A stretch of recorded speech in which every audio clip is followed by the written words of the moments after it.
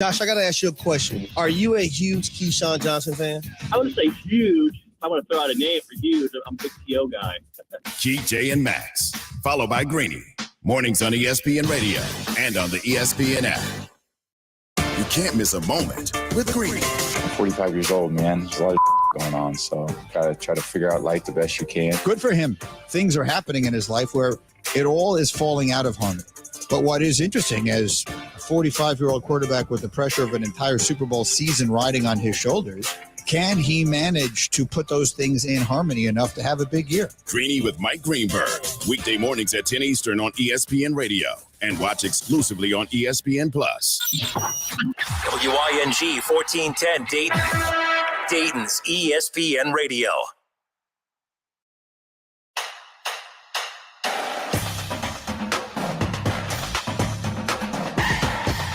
All right, happy Monday, everybody, and welcome in. It is the Justin Kinner Show with Kev Nash, live here on Dayton's ESPN radio station.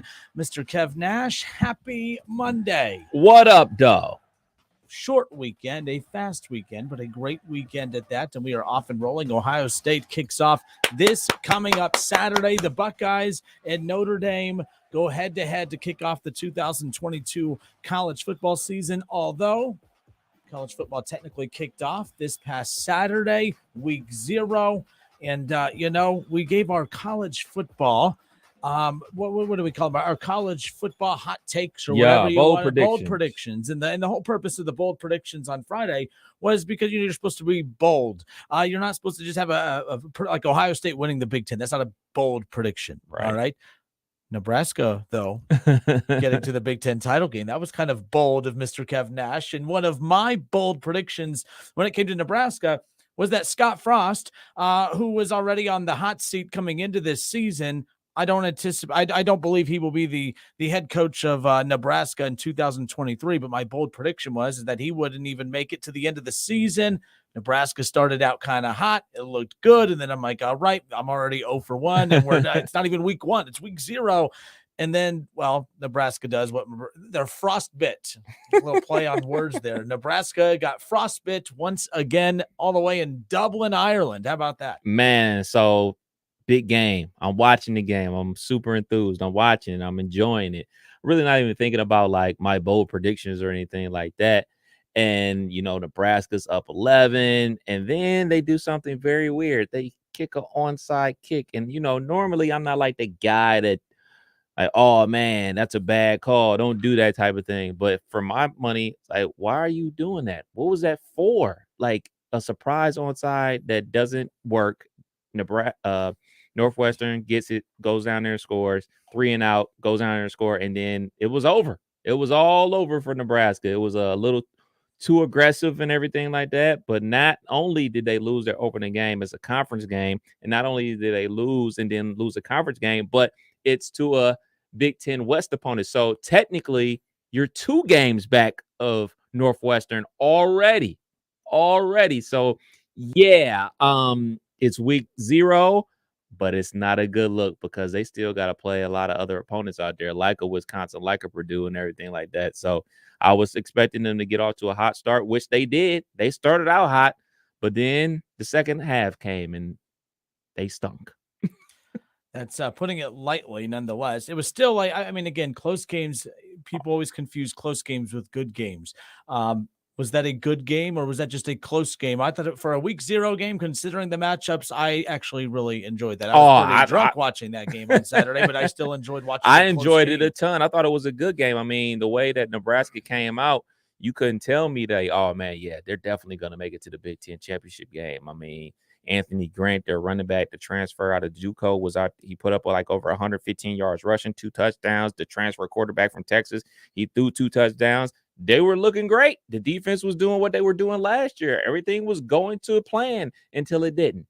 And that's the crazy part about it. You look at his record, he is so bad at Nebraska in close games, the record is, and just like any other situation, close games can go either way.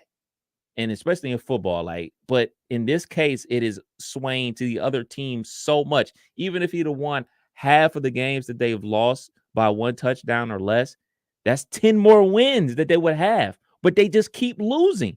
So it's a situation to me now. It's between the ears. It's mental now. It's mental. Once they get to the fourth quarter, they start thinking like, how's things going to go wrong? And they went wrong. And then I want to give Northwestern a lot of credit here. You know, we hear this term 4-minute drive in football and everything like that. You want to convert like 3 first downs and punt and give the other opponent no time to get the ball back.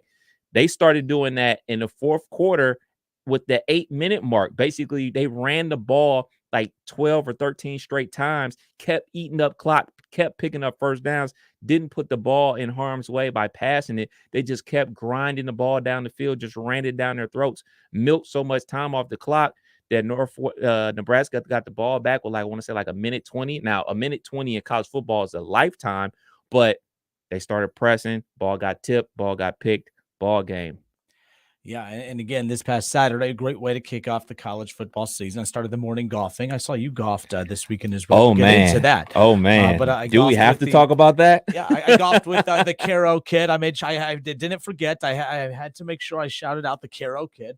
Golfed with him over this weekend, but nonetheless, it was a great weekend. College football kicked off week 0, but Nebraska, yes. I mean, Scott Frost bits. Nonetheless, he went into the season with his seat, I would say, more than warm. It was pretty hot, and I don't know if it's boiling yet, but you'd have to think that with as many games as they lose in one possession games, it is one of those things that it's probably not the last one. Now, talking about that onside kick call, Scott Frost says this, I made the call, so it's on me. At that point in the game, I felt all the momentum was on our side. I thought if we recovered it, we could win the game. I felt like maybe we were the better team.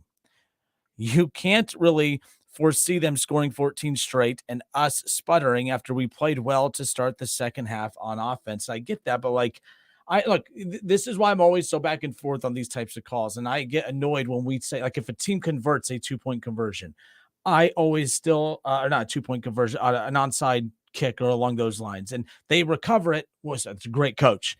That coach is great. That coach is awesome. He's gutsy. He's ballsy. He took a chance. Good for him. But then if it doesn't, so to me, the decision for the onside kick is bad, whether you recover it or not. And that's honestly really, like, we can't just say Scott Frost is a bad coach because they didn't recover it right there. The idea that he would do that, risking what they were doing, to me, that's really the story of this. I don't like when we bail coaches out because sometimes when they take a chance, it works. And we talk a lot about that during the NFL season, when teams go for it on 4th down, especially like the Chargers, when their head coach, when he goes for it on 4th down, buried in their territory. So that's really what it comes down to. His explanation's one thing, but again, I know it's week 0, but it's actually a meaningful game. It's a Big Ten game.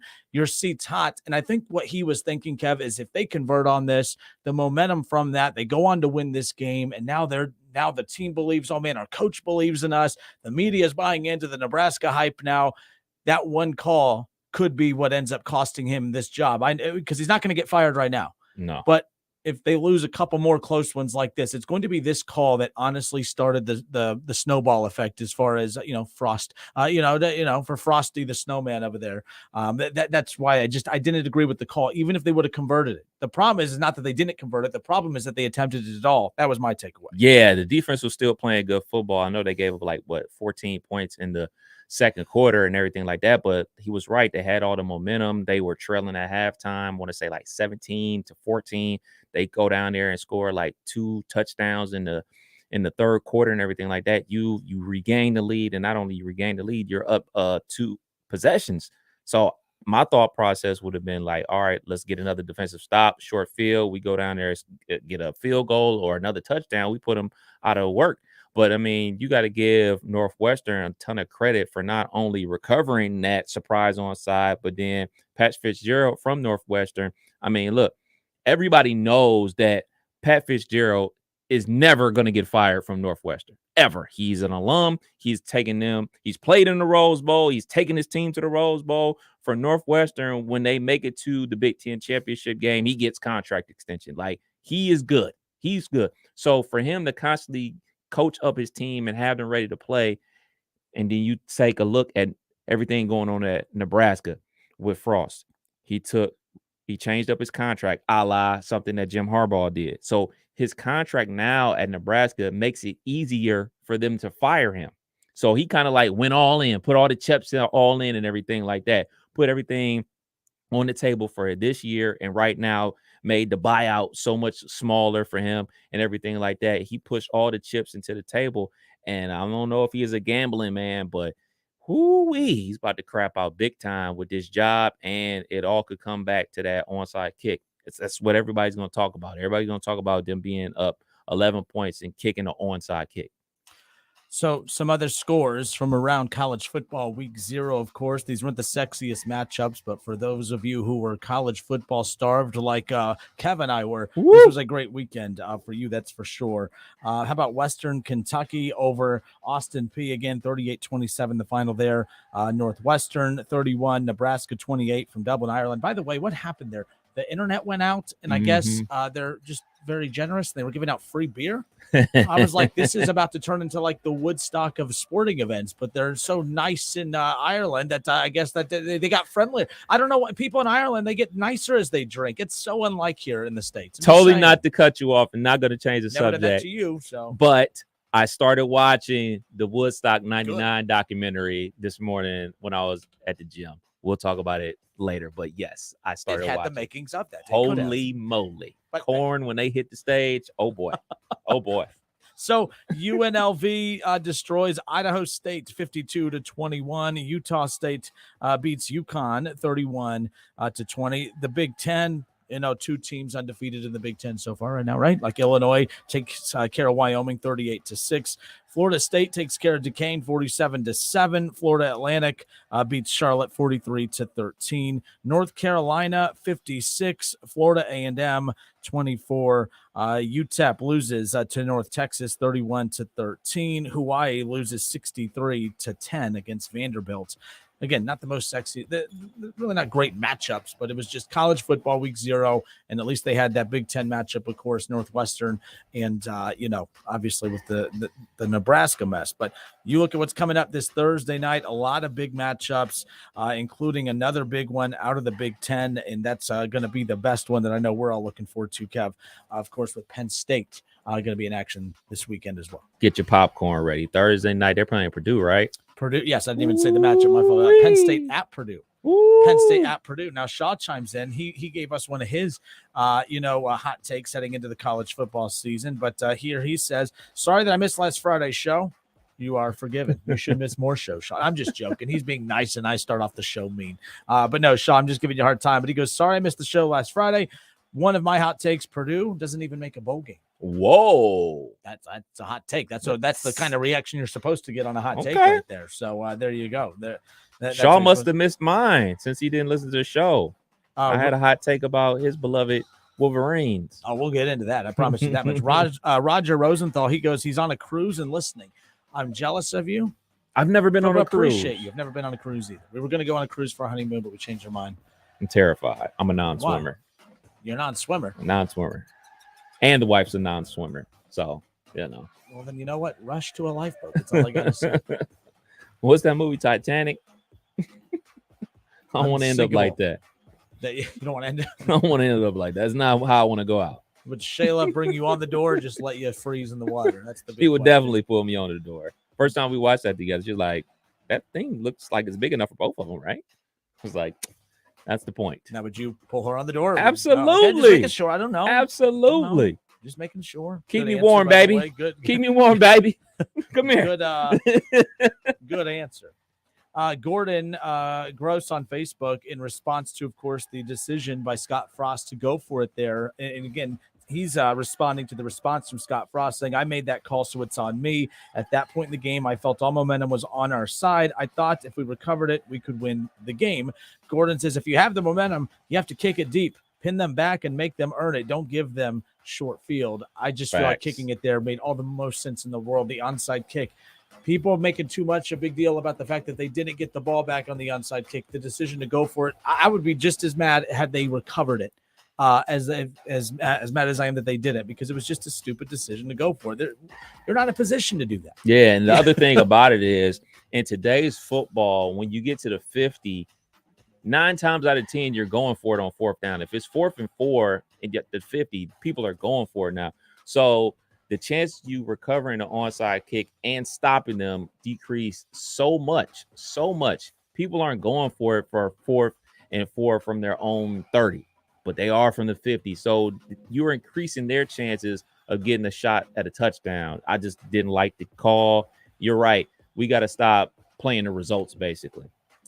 All right. On the other side, we will dive into Marcus Freeman. He has thoughts on his team being a 17.5-point underdog heading in to this week's matchup against the Ohio State Buckeyes. More college football stuff coming up around the corner. Plus, Jim Harbaugh, he calls Michigan Wolverines' decision to start QBs Cade McNamara and J.J. McCarthy one game each biblical. What? Exactly. That's the headline. I'm just reading the headline. An article from Adam Rittenberg. But he's going to start Cade McNamara one game, J.J. McCarthy one game, and he calls it biblical. I don't know what I call it, but I'll tell you what I call it. I'll figure out what I'm going to call it when we come back. 518-1410, that's the number to call and jump in on the conversation. We're going to talk Ohio State, Notre Dame around the corner. This Michigan story, of course. We'll dive into some NFL talk. The NFL Top 100, that whole list has been finally revealed. The NFL players, of course, make up that they vote on this list, of course. Joe Burrow, not a top 20, not quarterback, but player. There's 20 players better than Joe Burrow in the NFL. It's not the Justin Kinner list. This is the players telling you that. We'll get into that around the corner. Plus, top of the hour, we will release our top 5 performers of week 2 high school football action in the Miami Valley. Our top 5 performers here locally. So we'll get to that at the top of the hour as well. More of the Justin Kinner Show with Kev Nash when we come back.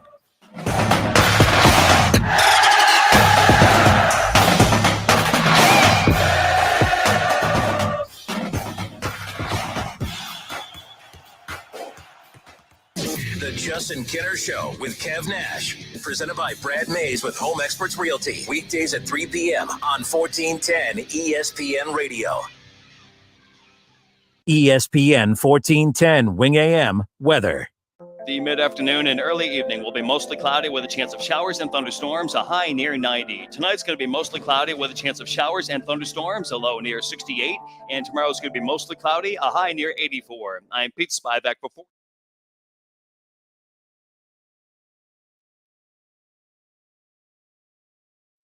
A surprise that does.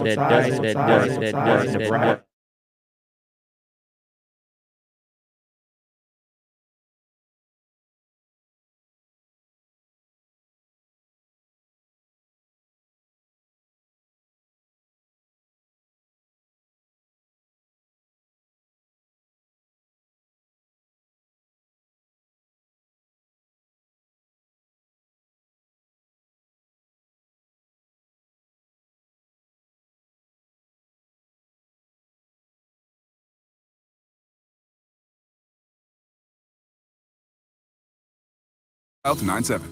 My heart was racing just making spaghetti. I could have waited to tell my doctor, but I didn't wait. I was short of breath just reading a book. I could have delayed telling my doctor, but I didn't wait. They told their doctors and found out they have atrial fibrillation, a condition which makes it about 5 times more likely to have a stroke. If you have one or more of these symptoms, irregular heartbeat, heart racing, chest pain, shortness of breath, fatigue, or lightheadedness, this is no time to wait. Contact your doctor. Brought to you by Bristol-Myers Squibb and Pfizer. I did a site visit and the space is absolutely incredible. Este's Reiki Clinic is opening another studio across town. But there's a lot to wrap up. But staffing an entire office requires more than just deep breathing. Receptionist and at least 4 new practitioners. Indeed can help them hire great people fast. I need Indeed. Indeed you do. We instantly connect you with quality candidates whose resumes on Indeed match your job description. Visit Indeed.com/credit and get $75 towards your first sponsored job. Terms and conditions apply. Long weekends are all about getting a little you time. And at the Home Depot, you time means you building, you drilling, you doing, you recharging, you saving. And get a free 18-volt battery with select Milwaukee Power Toolkit purchases at the Home Depot. How doers get more done. Join Cordell Transportation for Truck Driver Appreciation Week with a special hiring event, September 12th through 15th, 2942 Boulder Avenue, Dayton. Free food, refreshments, on-the-spot interviews, and $5,000 sign-on bonus. Online at CordellTransportation.com. O'Reilly. When was the last time you changed your spark plugs? Replacing your spark plugs can restore the efficiency and performance of your vehicle. Stop by and get a $12 O'Reilly Auto Parts gift card after mail-in rebate when you purchase 4 or more select Iridium spark plugs. Get better performance with new spark plugs from your local O'Reilly Auto Parts store or O'ReillyAuto.com. O'Reilly Auto Parts. It's bedtime at the home of Sirius XM, but Conan O'Brien is still awake. Turns out you don't need a car to listen to Sirius XM. You can listen to the app anywhere, in your room, by the pool. And Brad Paisley just really needs his beauty sleep. Conan, I just really need my beauty sleep. Maybe really expensive boat, like a yacht. The waves could rock you gently to sleep. Don't encourage him, guy. Sorry. Night-night. Everything you want to hear lives here on Sirius XM. Get the Sirius XM app now. Progressive presents Forced Metaphors about bundling your home auto and other vehicles. Any sports fan knows defense wins championships. Your championship is your boat, motorcycle, RV, or ATV. And your best defense is the round-the-clock protection offered by Progressive, which is like having a goalie, a 7-foot shot-blocking specialist, and a linebacker all wrapped into one. Which, to circle back, means you're going to win the championship. Because, you know, defense. Forced Metaphors. Presented by Progressive. Bundle and protect today. Progressive Casualty Insurance Company and affiliates. Discount not available in all states or situations. Get in the zone, AutoZone. Welcome to AutoZone. What are you working on today? Thinking about gas mileage. An oil change with quality oil like Castrol Edge Full Synthetic can help your engine get more out of every tank. Right now, you can get 5 quarts with an STP Extended Life oil filter for only $37.99. Get what you need for better fuel efficiency at any of our 6,200 stores or on AutoZone.com. Get in the zone, AutoZone. Restrictions apply. Contractors, use the right equipment for your project and rent from Arts Rental Equipment. No storage, no maintenance, no hassle. 15 Arts locations and online at artsrental.com. Work smart. Rent from Arts. Staples has everything you need for school at prices that won't hold you back. Don't send your kids back to school. Send them forward at Staples, the working and learning store. The Justin Kinner Show with Kev Nash. Presented by Brad Mays with Home Experts Realty. Weekdays at 3 p.m. on 1410 ESPN Radio. All sports, all the time. This is 1410 ESPN Radio.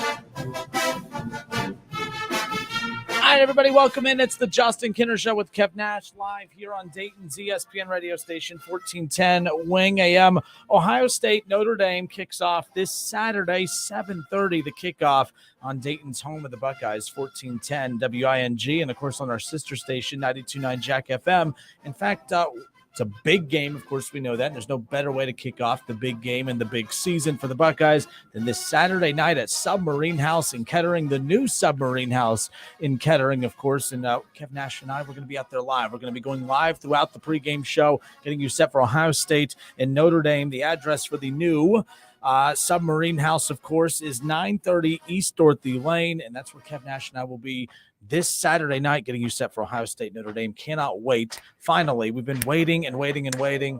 The season's officially here, Kev. It's here, man. I can't wait. What a way to start the season off. You know, now opening up against a cream puff. You're not opening up on the road. You're opening up at the shoe versus Notre Dame versus a former player as their head coach now, and Marcus Freeman. So the hype has been there all off season. There's been a lot of chirping going on, a lot of situations going on with recruiting as well. Lots of recruits are going to be at the shoe this weekend.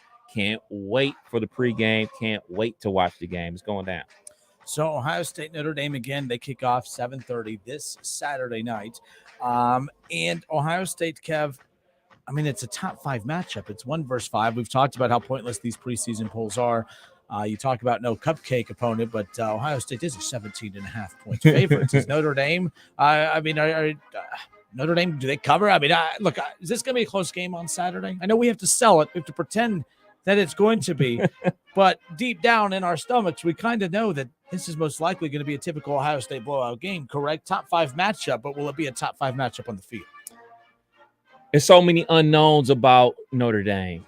We know about the run game from Notre Dame. We know about their tight end Mayer. We know about their defense. We just don't know about their passing game because there's so many guys that are hurt, and now they're breaking in a new quarterback. So it's a lot of unknowns going on with them. But we know about Ohio State. We know how potent this offense is going to be this upcoming season, and we're very hopeful that our defense will be fixed this upcoming season. So I think that 17.5. No, we don't cover.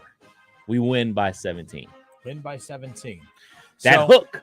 That point that, Yeah. 0.5, that Yeah, and a half, it gets you every single time. Now, both teams are ranked as preseason top 5 opponents. Obviously, Ohio State at number 2, Notre Dame at number 5. But found this interesting that the 17.5 point spread by Caesar Sportsbook, Kev, it's just the 4th time in the past 45 years that a team has been favored by 17 or more in the AP in an AP top 5 matchup. Now, Notre Dame, they faced Alabama in such an instance back in 2021 in the college football playoff semifinal. The Irish lost to the Crimson Tide 31-14. So you're saying Ohio State wins this, obviously, but it's going to be more of a score like that. But not only are you saying Ohio State covers or they don't cover, but you're also saying that they're only going to give up maybe roughly about 14 points. That's the big thing to me. If the defense is improved, and it doesn't have to be greatly improved, but slightly improved, I think they cover and then some. I'll take that. I really haven't done like a whole bunch of digging on Notre Dame quite yet. I've been basically focused on us right now, but the things that I want to see from the Buckeyes is the pass defense, because I think that it's a lot easier to fix run defense than it is to fix pass defense. With everything that's going on with Ohio State, we kind of talked about this off mic before, where we only have, 5 scholarship cornerbacks on the team right now.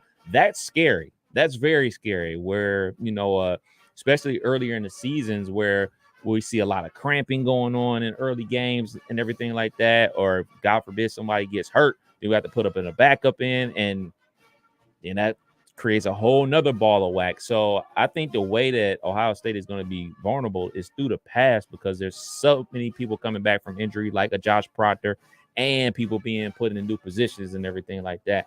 I'm anxious to see what type of pass rush we're going to get, because the reason that Ohio State was so lethal that year that we lost to Clemson was because of the pass rush from a Chase Young. It enabled us to play a lot of coverage on the back because he was just getting back there so fast. I want to see if the guys up front on the D-line, especially the D-ends, are they going to be able to get after the quarterback? Yeah, the other issue with Notre Dame as well, Matt on YouTube, shout out to Matt. Matt says Notre Dame is without most of their wide receivers due to injury. They have been hit by the injury bug, especially at wide receiver. They're very thin at wide receiver. But Notre Dame, they're going to be strong up front, offensive line wise. Yeah. Still question marks at quarterback for them. I do feel like Notre Dame has been. They were given a friendly ranking because I do believe this matchup has a lot to do with it. If Notre Dame is opening up against a small school here in week 1 of the college football season, maybe they're not given this top 5 ranking. I don't have an issue buying into that belief out there that they were kind of propped up just to kind of sell this matchup. Maybe so. But at the end of the day, Ohio State, according to ESPN's Football Power Index, they are given an 84% chance to win, and a big part of the outcome will be whether visiting Notre Dame can stop Ohio State's high-powered offense. That's a duh. That's a given. But Marcus Freeman saying that it's not the pass game that they fear the most. It's the run game. I don't think that was a shot at the offense, by the way. I think Ohio State, they're so well-rounded. They're as elite in the passing game as they are in the run game. But Marcus Freeman says if you don't stop the run, they'll run it all day long. So the ability to stop the run is the most important. We know they're very talented throwing the ball, but it's just the mindset of if you can't stop the run, they can throw it, they can run and do whatever they want to do. You have to be able to stop the run and then be able to give different looks defensively. That's a very long worded for a description to say just stop the run. Stop the run. I don't even know if stopping the run is going to be good enough to stop Ohio State, but again, you've got to kind of pick your poison when it comes to the Buckeyes. Obviously, keeping Henderson and those guys in check is going to be key. Yeah, I understand what he's saying. I mean, you got to think about it like this. Like, he is a former linebacker, and every defensive player out there, especially the guys that play in that front seven, they want to take away the run. You don't want to die a slow death, and that's what happens when you run the ball.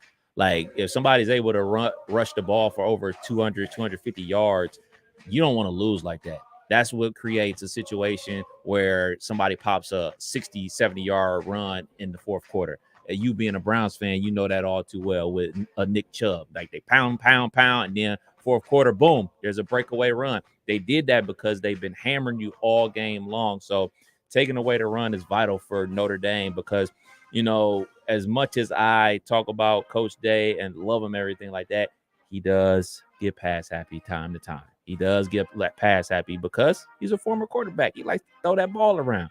So, you know, run the ball.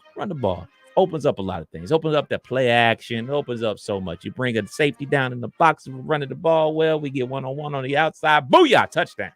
When you get pass heavy, as long as you have the weapons Ohio State does and the quarterback they do, you're allowed to be pass heavy. But yes, I think sometimes, look, I think it's like, it's one of those when you're telling him not to have fun playing with all his new fancy toys. You want him to play with the boring toy. You want him to, you know, you open up all these toys on Christmas and you get a really cool book, but you have all these badass toys over here, but your parents tell you can't play with them. You got to go read or like, you know, the book's cool and all, but no, I want to play with those toys. That's Ryan Day when it comes to this offense. But no, I definitely understand what you're saying there. Having the discipline to just let the run game dominate on Saturday and then let the pass game open up from that. But look, Ryan Day knows what he's doing, so I'm not going to question him. Ohio State's a 17.5-point line for a reason. Speaking of the line, the defensive line for Ohio State, regardless of whatever schemes they try to hopefully fix under new defensive coordinator Jim Knowles with the linebackers in the secondary, you know one thing that Ohio State is going to do that they always do, and that is be strong up front. One of the best, if not the best, defensive line in all of college football, at least the deepest defensive line in all of college football. Ryan Day talked earlier in camp about the fact that, man, they have 12 guys that they could just rotate in and out there that are all capable of starting on that line. I think that's going to be huge for the Buckeyes, not just this week, Kev, but throughout the rest of Big Ten play and hopefully into a national championship, not just game, but championship. We'll see what ends up happening. So David Shaw says that the Buckeyes are playing a cream puff to open up the season.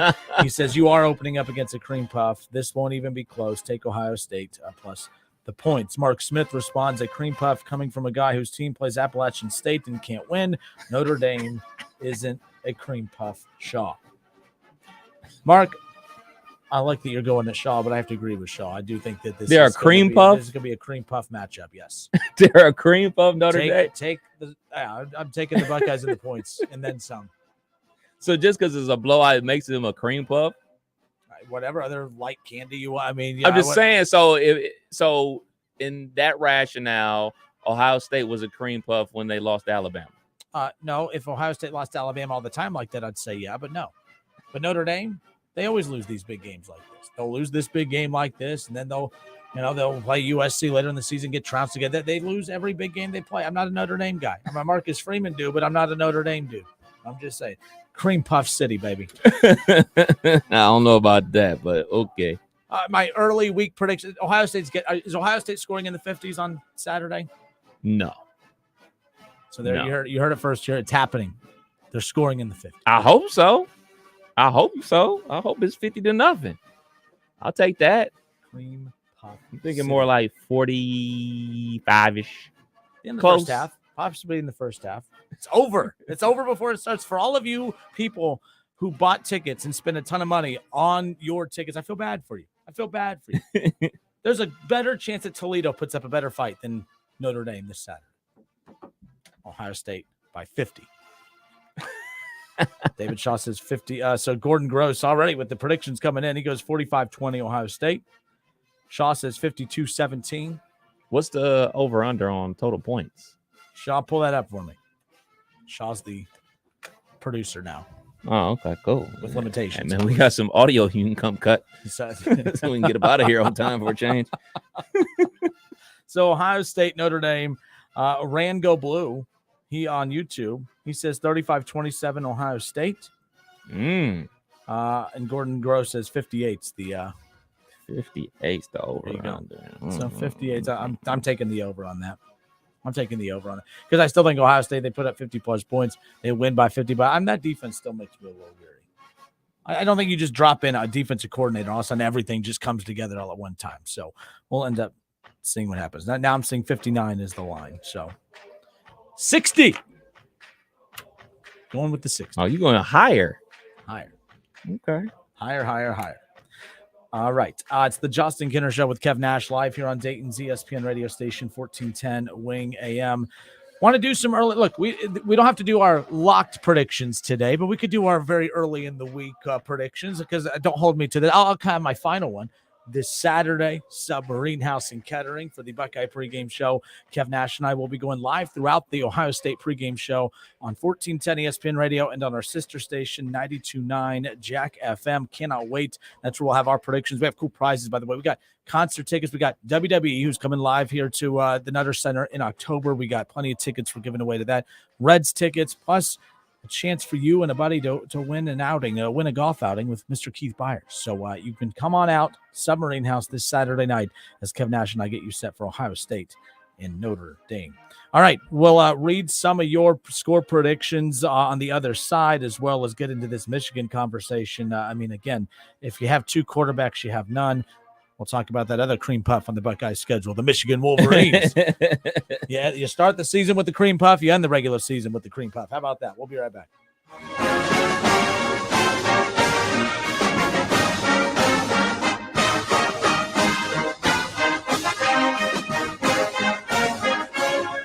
It's the Justin Kinner Show with Kev Nash. Justin, you're awesome, baby. Right here on 1410 ESPN Radio.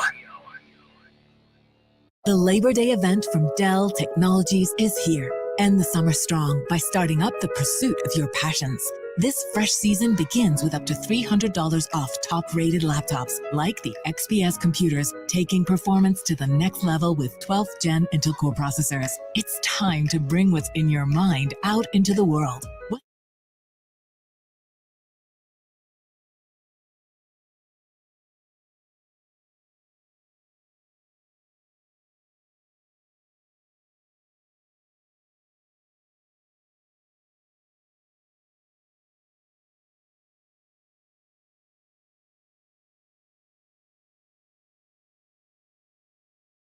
eBay Motors has tires for just about every make and model, plus wheels, lug nuts, jack stands, and more. 122 million parts. Do they have tissues? Oh, good, because I'm definitely a crier. Get the right parts at the right prices. eBay Motors. Let's ride. The NFL season is right around the corner. Get in on all the action with DraftKings, the official daily fantasy partner of the NFL. To celebrate the best time of year, DraftKings is giving all new customers a free shot at a $1 million top prize during week 1. If you haven't tried DraftKings yet, now is the time. It's simple. Just pick your lineup, stay under the salary cap, and see how your team stacks up against the competition. Nothing adds to the excitement of watching a game quite like having a free shot at a huge cash prize. And while you're perfecting your daily fantasy skills, don't forget to check out DraftKings free play pools, where there's even more cash up for grabs. Head to the app now. Download the DraftKings app now and use code WING1410. For a limited time, new customers get a free shot at a $1 million top prize during week 1. That's code WING1410. Only at DraftKings. Minimum $5 deposit required. Eligibility restrictions apply. Void where prohibited. See DraftKings.com for details.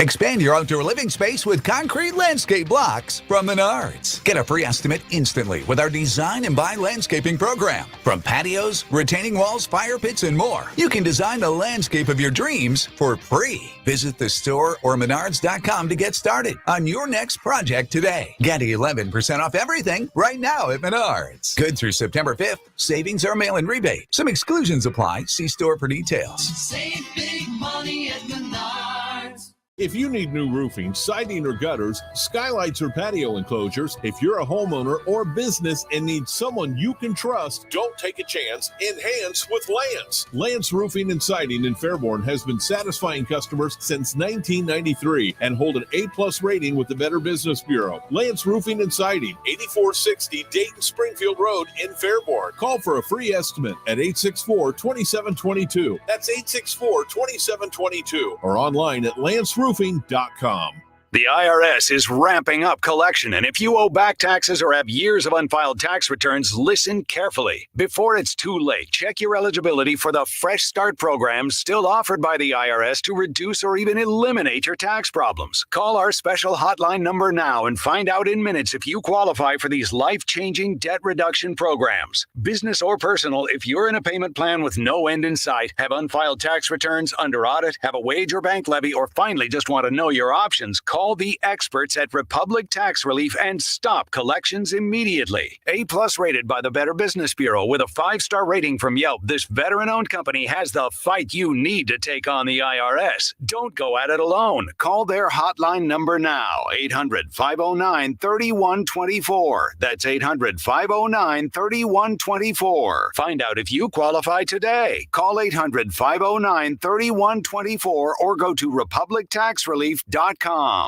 Listen to this station anytime, anywhere on Odyssey. Odyssey is your new audio home for all the music, news, sports, and podcasts that matter to you. Odyssey. That's AUDACY.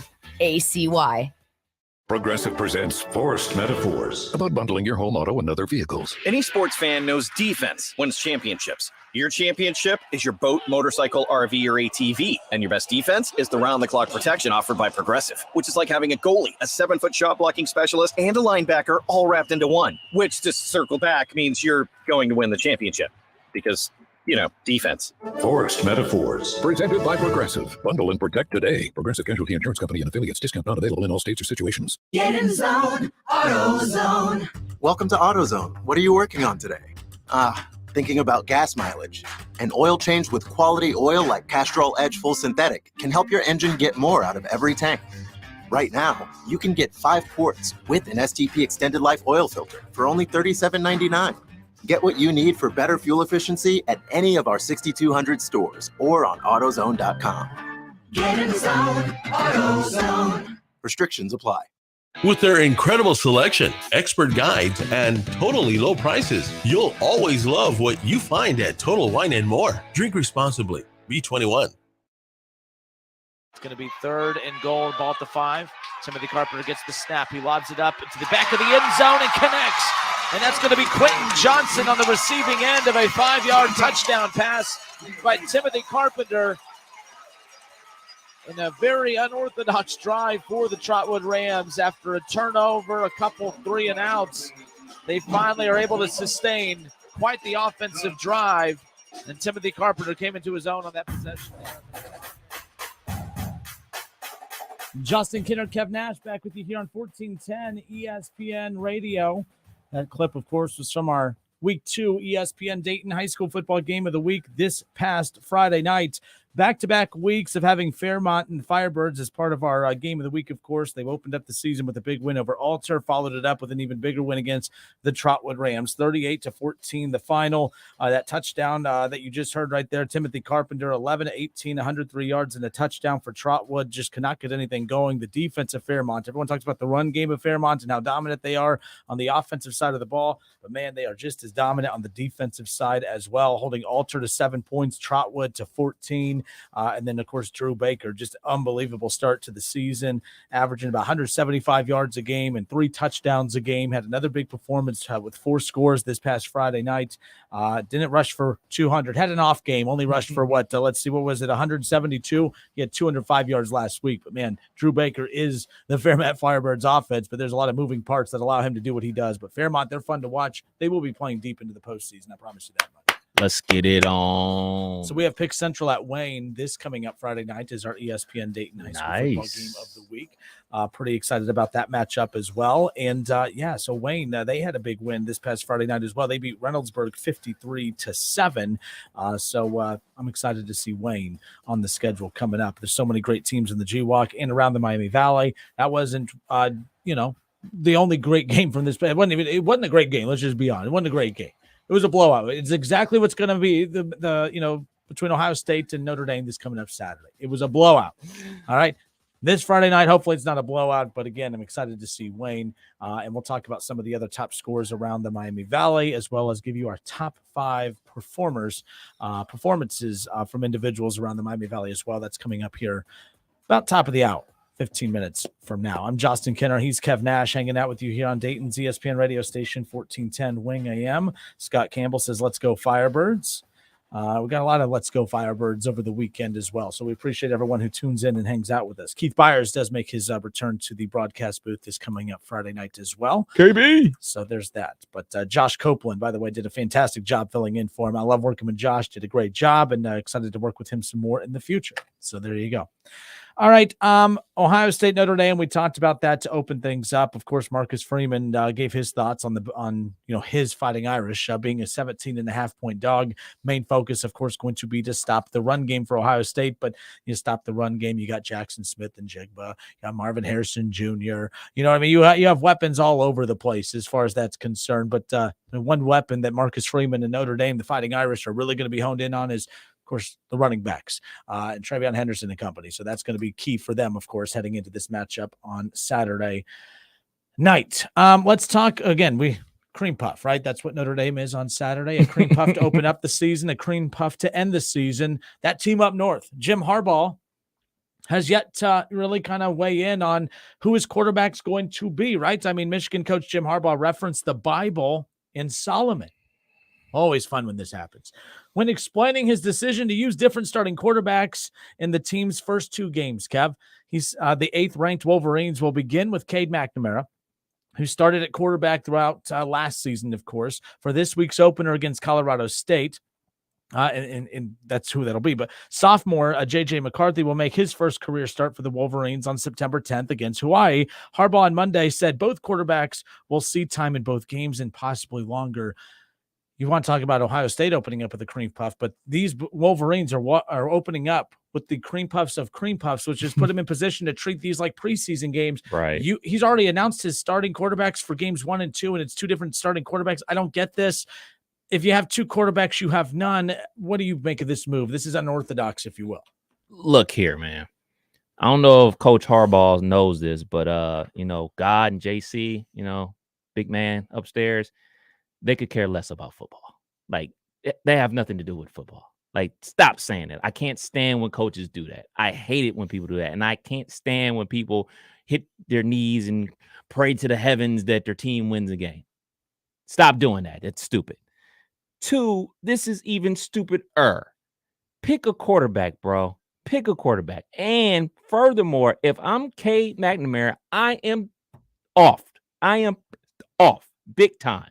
Because not only did I quarterback us to beat Ohio State for the first time in God knows how long, but a Big Ten championship and leading the team to college football playoff.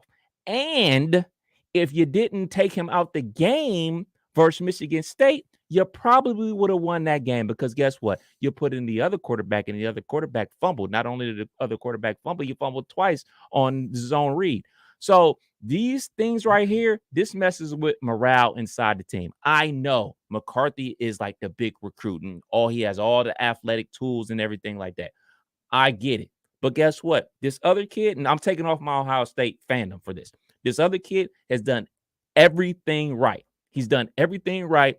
He's done everything that Jim Harbaugh has asked for. and then some. So he has no reason to bench this kid at all.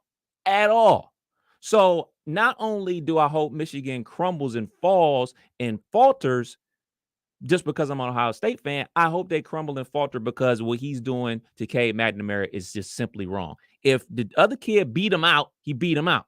Don't play this game like, well, he's going to start now, and now he's going to start. If McCarthy beat him out in camp, then just start McCarthy. Don't play this game, this yo-yo game with these dudes, man. That is just wrong. I think that is foul, and what McNamara was able to accomplish is just more than other guys that were able to. Matter of fact, he's accomplished more in his Michigan career than Jim Harbaugh during his. So this thing that he's doing, yo-yoing back and forth with these kids, I don't dig that at all. I think this is totally foul. Yeah, and here's the deal. Is it easy to deal with two good quarterbacks you have to make a tough decision with? No, it's not. But you know who figures it out? The great ones. And you know what Harbaugh isn't? One of the great ones. We've seen Urban Meyer have to make these decisions. We've seen Ryan Day have to make these decisions. We've seen, of course, you look at, Clemson and their coach with Dabo. He's had to make these decisions. All right. And obviously, the best coach of all time, Nick Saban, he's had to make these decisions. And you know what decision they never made? Oh, yeah, you know what? We got to go with you. Now, again, the one time that Urban Meyer did it, he got criticized for it, so that's fair.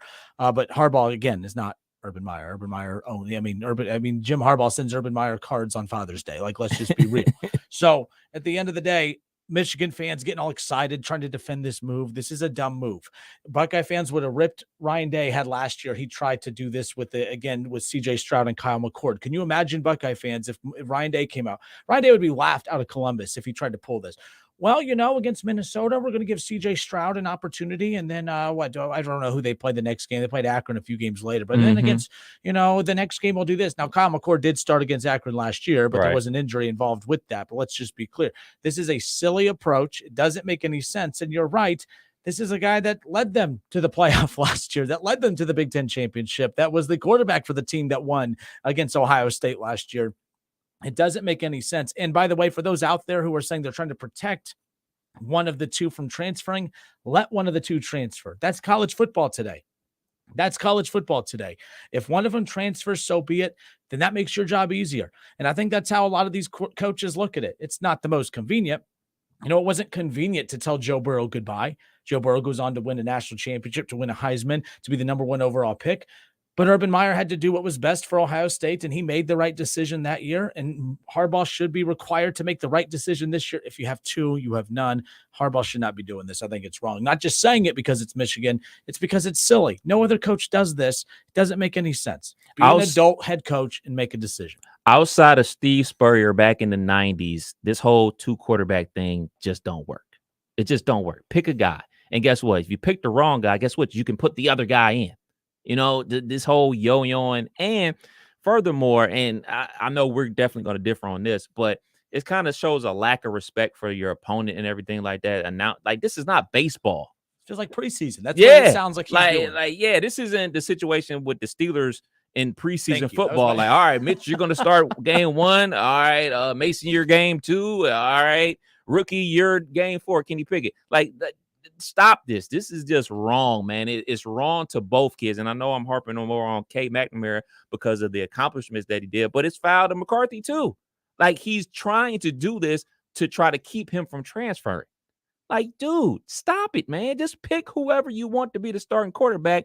Pick the best guy for the job and roll him out there. If the other dude transfers, he transfers. Stop it. Stop it. This is wrong. So how about this one? I like Kelly Mack on Facebook. He's not wrong. This is wrong to do this to McNamara for a lot of reasons, but the one reason it's the most wrong, and I cannot agree with Kelly Mack more, McNamara could be credited with saving Harbaugh's job last year. All right. I mean, his career, at the rate things were going, as far as his record against Ohio State and others, he did ultimately. Let's just be clear. I know the run game for Michigan was strong last year, but he had to make. I wasn't the biggest JT Barrett fan, but the dude, like, I know he had his limitations and stuff, but he was a leader. He did everything that was asked of him, did what he was supposed to. Were there better options? Yes. But I don't think that this is a JT Barrett sitting in front of a Dwayne Haskins or a Joe Burrow, or you know what I mean? Or a Cardale Jones. He's your best quarterback. And if it's close, then you still go with Cade McNamara. That's my whole view of it. If it is as close as Harbaugh's trying to make it out to be, then you go with the guy that has the experience, that's gotten you to big games before. I think he's setting them up for failure. And as a Buckeye fan, it don't bother me one bit. You do you. Yeah, and college sports still has that element of win one for the Gipper. Let the upperclassmen get their time to shine. I know it's slowly but surely transitioning away from that and everything like that. But in this instant, he's 100% right. Like, yes, they had a lot of big dogs on defense. We talk about Daxton Hill getting drafted. We talk about Hutchinson. We talk about Ajabo. Like, yeah, they got some dogs on defense, and their defense led the way. But their offense wasn't garbage either. And people just get enamored from the athleticism and, oh, man, he can run. He can throw super far. Well, there's a mental aspect to playing the quarterback position where you're checking in and out the right plays, knowing environments and everything like that. You mean to tell you about the roll in J.J. McCarthy into the shoe in a situation where the Big Ten going to the Big Ten championship is on the line? Like, I don't think that would be a smart thing to do. I would want the more experienced guy to go in there who's actually beat Ohio State as a starting quarterback, who's actually won the Big Ten championship as a starting quarterback. So this whole thing that he's doing back and forth, him and Hahn, some people just call it gamesmanship or whatever. No, he's trying to hold court and stop somebody from transferring, trying to make, hey, man, both of you guys are still playing good. It could be anybody's job. This is wrong, man. This is just flat out wrong. And by the way, no matter who he picks, he won't make the wrong decision as far as which quarterback he rolls with. That's not what we're arguing with here.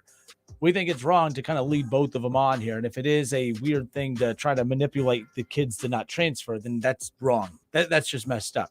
Yeah. But if he goes with JJ or he goes with McNamara, whoever he goes, I don't care which one he goes with, but go with somebody. You can't do this. Or maybe have that maybe be the plan in the back of your head. Hey, let's start this guy week 1. And if he does well, we'll start him into week 2 and into week 3. And that's kind of your more traditional, going with the flow. But this idea that you're going to plan it out, that, like you said, it does kind of light a fire under some of your opponents too. Like, hold on, you're not going to treat us as preseason games in regards to you're going to have play with your personnel against us. Very strange. Yeah, this is the quarterback position. This isn't a defensive lineman. This isn't an offensive lineman. This is the quarterback and the leader of your team. And it's just wrong, man. I just think it's foul. This isn't a situation where, you got 2 redshirt freshmen battling it out. Like, this dude's a senior. He's a senior quarterback. I guess technically he's like a redshirt junior because of the COVID year and everything like that. But, like, come on, man. Don't do this kid like that. Don't do him like that after he was able to accomplish things that haven't been accomplished by Michigan football or Michigan quarterback in decades. That's just wrong. All right, 518-1410. We are going to push back our conference. We were going to highlight our top 5 performers here in the Miami Valley. We're going to get to that at 4:15.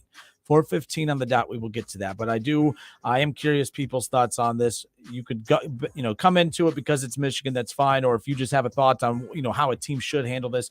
We've seen coaches in the past have to make tough decisions at quarterback, and we've seen the best in football do it and do it well.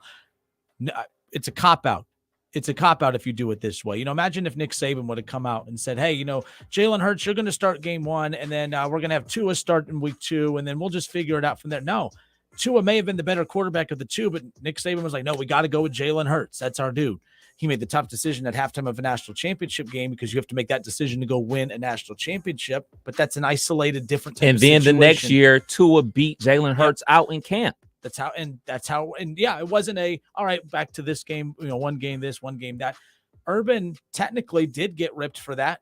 Maybe I gave him a little bit too much credit. Remember when he was I wasn't a fan of that either. Cardale and JT Barrett, and that was wrong then, and he got ripped for that. So I did forget about that particular one. I was going back to the one back when, making the decision between JT or with the Joe Burrow one. But nonetheless, we've seen the best in college football have to make these decisions. Harbaugh, you want to be one of the best in college football, then make the dang decision, would you? We'll be right back.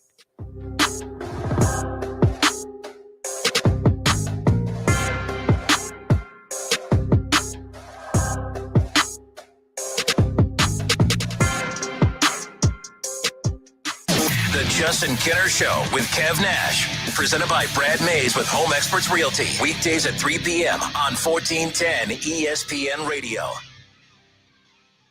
You've been putting back a few, and a few becomes a few too many. For a moment, you think of calling for a ride, but nah, you live nearby. What's the worst that could happen? You get pulled over, your insurance goes up, you lose your license, you total your car, you kill someone. The results of driving drunk are tragic. That's why law enforcement is out there looking for impaired drivers to save lives. So if you think you're okay to drive after a few drinks, think again. Drive sober or get pulled over. Paid for by NHTSA. Lee's Famous Recipe Chicken is excited to announce their new delicious spicy bourbon chicken sandwich is here. It's the best of both worlds. Their spicy bourbon dippers that you love brought into a sandwich you'll crave. It's made with their famous spicy chicken sandwich, smothered in their special bourbon barbecue sauce, dripping with flavor on a brioche bun. Enjoy it in a combo with your favorite side and a drink, priced just right at only $6.99 and only available at Lee's Famous Recipe Chicken Miami Valley locations. Lee's, famous for spicy bourbon chicken. Join Cordell Transportation for Truck Driver Appreciation Week with a special hiring event, September 12th through 15th, 2942 Boulder Avenue, Dayton. Free food, refreshments, on-the-spot interviews, and $5,000 sign-on bonus. Online at CordellTransportation.com. Many Vietnam War veterans were unknowingly exposed to dangerous chemicals impacting their health and quality of life. There are now expanded benefits for veterans exposed to Agent Orange. Veterans with Parkinsonism, bladder cancer, or hypothyroidism who previously applied for VA disability compensation but were denied should reapply and might be eligible for retroactive compensation. Exposed veterans who have not yet applied should consider filing a new claim. For assistance, call Montgomery County Veterans Service Commission at 937-225-4801. Summer is winding down, and Rob's Beer Barn is preparing for all your favorite fall beers and all other seasonal refreshments. That means Rob's Beer Barn has you covered for all your gatherings. At Rob's, you can find all the ice-cold refreshments you'll need: craft, imported, local, and seasonal beers, fine wines, snacks, and ice. And Rob's Beer Barn has apparel. For last-minute items, you can call, walk in, or drive through. Stop in and stock up today. Rob's Beer Barn on Indian Ripple Road at Darst, just a mile east of the Green. Rob's Beer Barn, just look for the beaver. Blake Maisland, Mr. 444-4444. When accidents happen, who do we call? You call 444-4444 and you let us get started immediately. Blake Maisland is the call to make. That's exactly right. 444-4444, wantmore.com. This Labor Day at Lowe's, Eagle battery-powered leaf blowers start at $199 and save $50 on the Char-Broil Performance Series 4-burner gas grill, now $299. Grill offer valid through 9/7 while supplies last. WYNG 1410 Dayton, Dayton's ESPN Radio.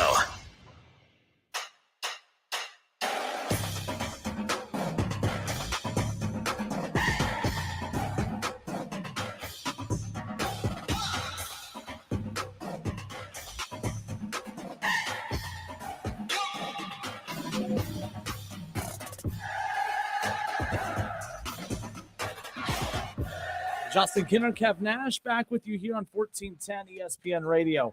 The Ohio State season is officially here, which means the return of the Buckeye Roundtable as well as the Ryan Day Coaches Show. So starting tonight, every Monday night, following the Justin Kinner Show with Kev Nash, we'll hand it off to Paul Keel, Skip Mossick, and the guys, of course, for 2 hours of all things Buckeye talk, including a scan around the state of Ohio, some of the top high school performances as well. So every Monday, you can look forward to that here throughout the college football season, and most importantly, throughout the Buckeye season, which officially kicks off this Saturday night, 7:30, Ohio State, Notre Dame. Coverage begins at 6 o'clock right here on 1410 ESPN Radio, as well as our sister station, 92.9 Jack FM. Kev Nash and I will be live out at the new Submarine House in Kettering coming up this Saturday night as well. We'll be going live throughout the pregame show, getting you set for Ohio State and Notre Dame. And we'll have a lot of cool prizes we'll be giving away at Submarine House in Kettering. Again, this Saturday night, we'll kick it off. Excited. You'll have a chance for you and a friend to register to win a free golf outing with College Football Hall of Famer and Buckeye great Keith Byers. So make sure you take advantage of that opportunity. We have concert tickets, Reds tickets, and WWE tickets, as WWE will be live at the Nutter Center coming up next month. So keep that in mind.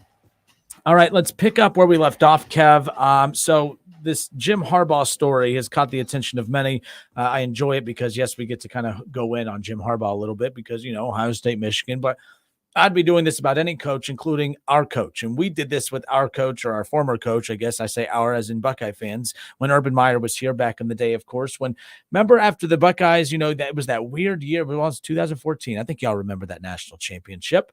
I do. Braxton Miller was the quarterback to start the season. He gets injured before the season starts, and they have to, or at least as the season starts, then they have to go to a freshman named JT Barrett, who would go on to set a ton of freshman records, a ton of Big Ten quarterback records.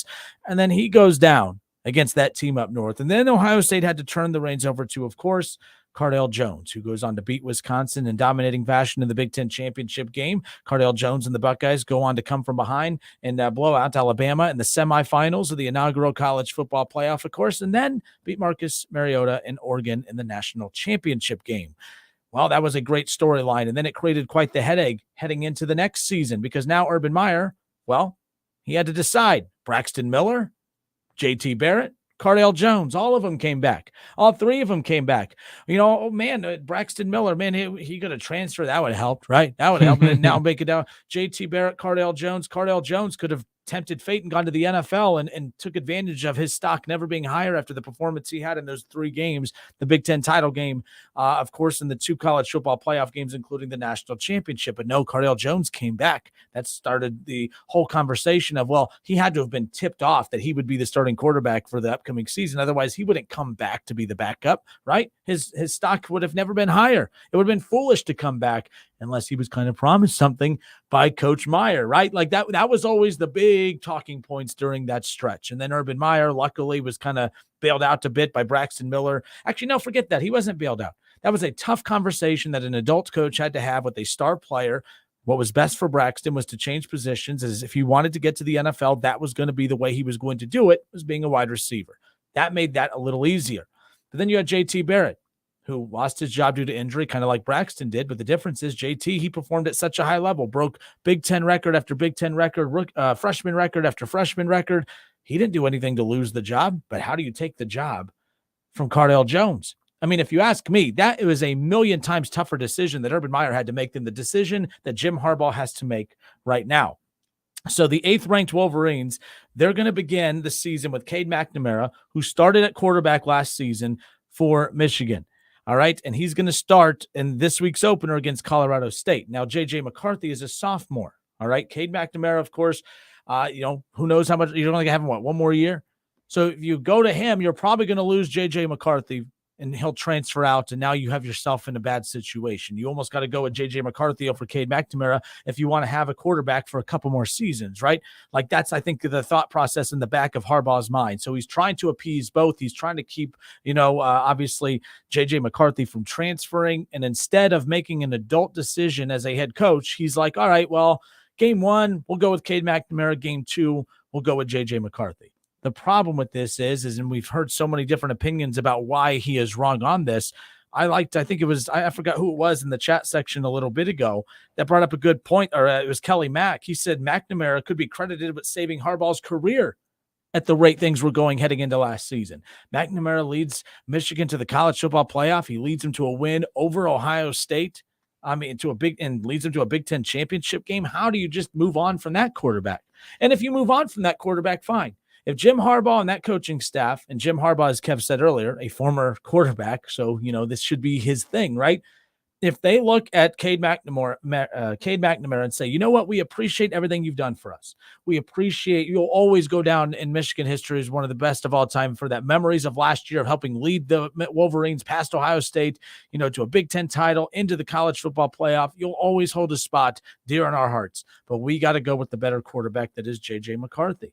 If he does that, no, okay, cool. Got to make tough decisions all the time. Dabo Swinney had to do that with Kelly Bryant years ago when he handed it off to a true freshman. And obviously, why is his name? I'm blanking on his name. Kelly Bryant? No, Kelly Bryant is who he. The number Sunshine. one pick. Sunshine, yes.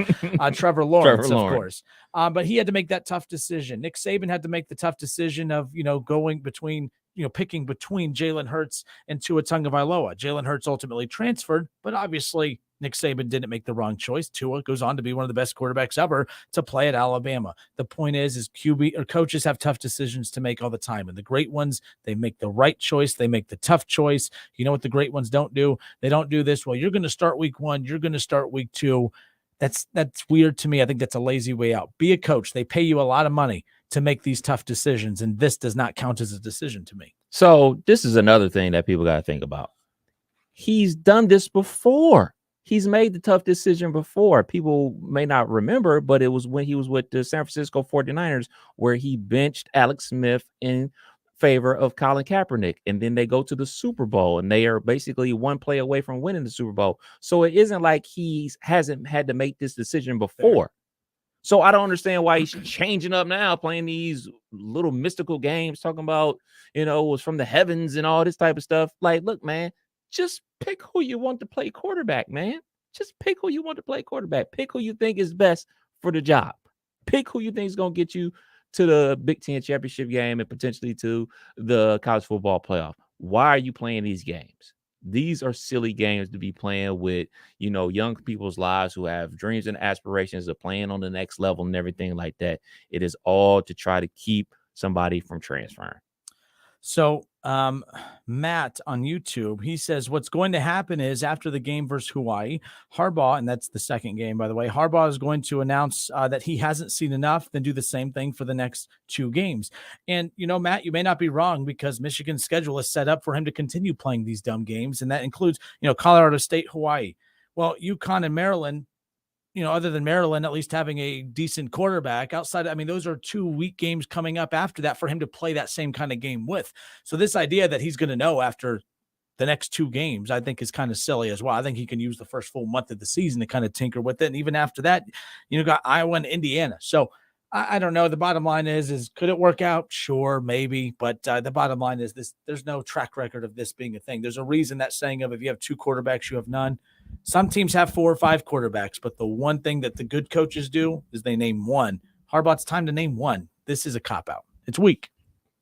518-1410.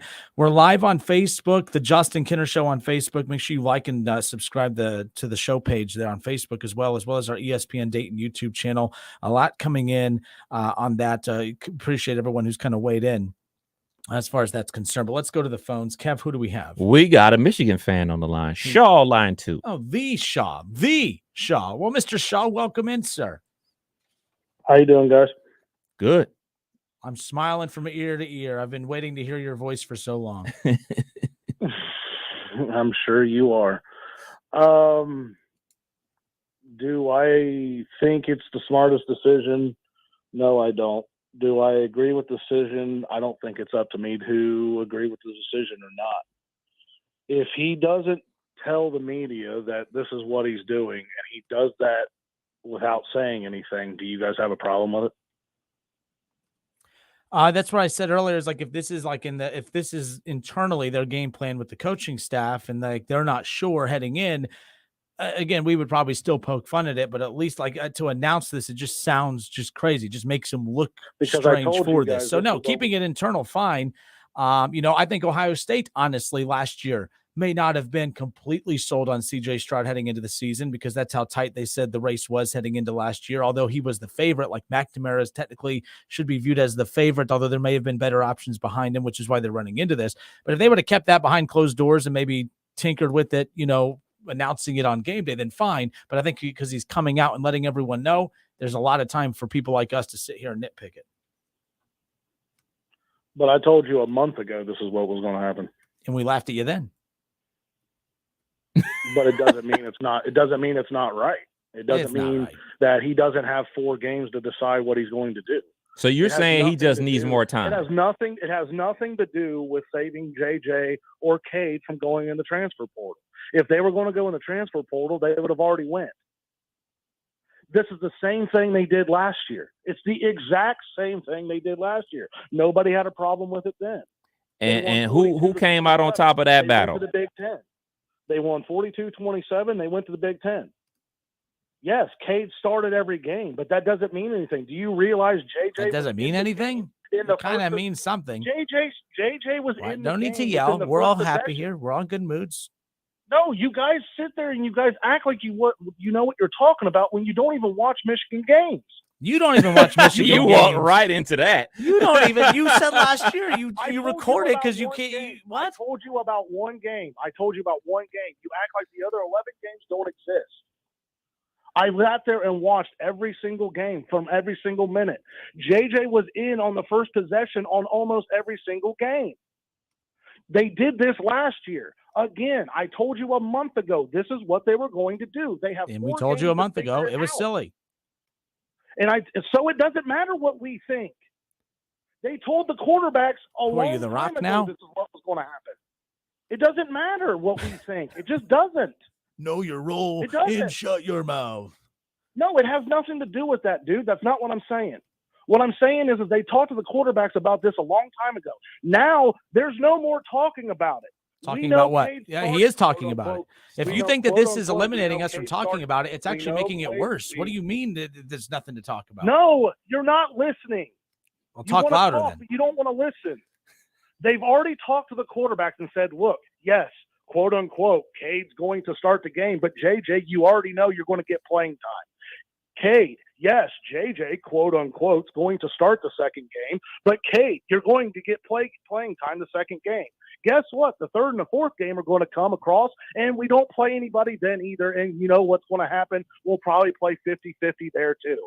Yes, you bring up Saban and Jalen Hurts and Tua, and you act like none of this ever happened. You realize how many snaps Tua took the first 4 games when they played? When they were down, when they were up by a ton of points, yes, there's also ways you can give him snaps. And by the way, with the cupcake schedule that Michigan plays, you could start McNamara in all these games and still give JJ the amount of snaps he needs coming in. If McNamara, by the way, is not providing blowouts to bring JJ in, then you know what? That justifies probably starting JJ at that point with this weak ass schedule that you guys have. If that's what they do anyways, then what's the difference? If that's what they do, then what's the difference? It's weak. It's weak because they won the Big Ten last year. No one said that. Michigan always living in the past, man. They're always living in the past. This year. Then why is it different this year? I said it was dumb last year. It's dumb this year. It's different. Why is it dumb? Because you coach so many games and you know what's going on. You coach games, Kev. Sorry, it's totally. I don't have to. It literally worked to a Big Ten title last year, and you guys are saying it can't work. Why? That's what I want to know. Why? Why can't it not work? Can I talk now? Or you? Nope, I They guess beat not. them 42-27 last year. JJ played against Ohio State last year. Yes, Cade started. What does it matter? JJ played. Can I talk now? You can play the laughing joke all you want. You guys. But when we sit there and we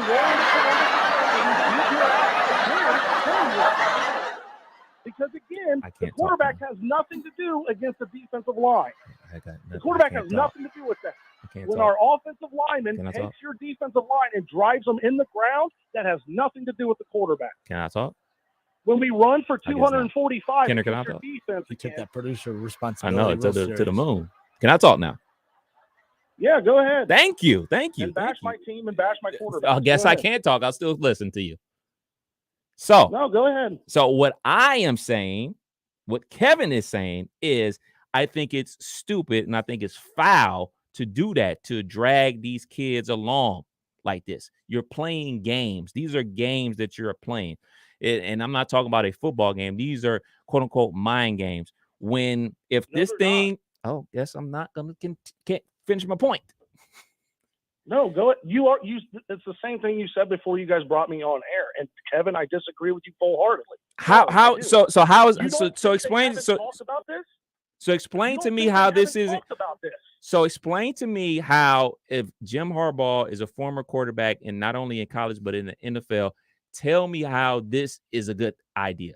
Tell me how this is a good idea, because I remember him when he played for the. I'm not done talking. Okay. When he played for the Bears, he was yo-yoed in and out of the lineup. When he played for the Colts, he was yo-yoed in and out of the lineup. And the year that they probably should have went to the Super Bowl, he was a quarterback that led them into Pittsburgh in the AFC Championship game and almost completed a Hail Mary pass. Some believe if he wasn't yo-yoed in and out the lineup, they would have beat the Steelers in that game. So him being a former quarterback, knowing the whole in and out thing, doesn't really vote well for young people's mental aspect. So that's one. And two, this isn't a situation where like JJ hasn't come in the game and fumbled twice against Michigan State where Michigan was up. So it's kind of basically throwing the rhythm off of the team. Like, I think these are games and things that you're trying to do to keep the higher athlete and the higher star recruit happy. But when the guy is actually the quarterback doing exactly what you want him to do and accomplishing that, why you keep messing with the gumbo? Just roll with what you got. Just roll what you got, because you're enamored by the other guy. You're enamored by the other guy's athleticism. You're enamored by the way the other dude throws the ball. But guess what? The less athletic guy is calling you in and out the right plays. The less athletic guy is doing exactly what you're supposed to do as a quarterback, not fumbling the ball, not throwing interceptions. So show the dude that helped you save your job some respect by starting him and saying he's our starting quarterback, or saying, hey, we're moving on to the other dude so he can move about his business if he wants to stay with Michigan and be the backup quarterback or transfer somewhere else. Like, I think that's foul. I'm not saying it can or can't work, because most of the time that flip-flop quarterback stuff really doesn't work. I just personally think it's foul as a person to do that to someone else that has basically saved your job. So it's foul, even though they talked about it. Yes. They did it all of last year. Yes. It's foul. Yes. It's foul. Yes. When yes, because JJ you know why it is? Because now he has proven it. Before, it was like, all right, man, we giving you a shot. He's proven himself. It ain't like he didn't prove himself last year. I can make all these jokes about Michigan football and that team up north and everything like that. I'm not going to sit here and deny the fact that he balled out against Michigan State, a game that they should have won, but, just had to put in the other quarterback, and he just fumbled the ball, and then boom, the momentum. And what happened? He fumbled and they lost. He fumbled and he lost. He fumbled, and guess what? And guess what Michigan really didn't do? And guess what Michigan really didn't do in that game versus Ohio State? Really didn't put the other dude in. Put the dude in that he trusted more. So I personally think, they put him in, but they didn't put him in. Bro.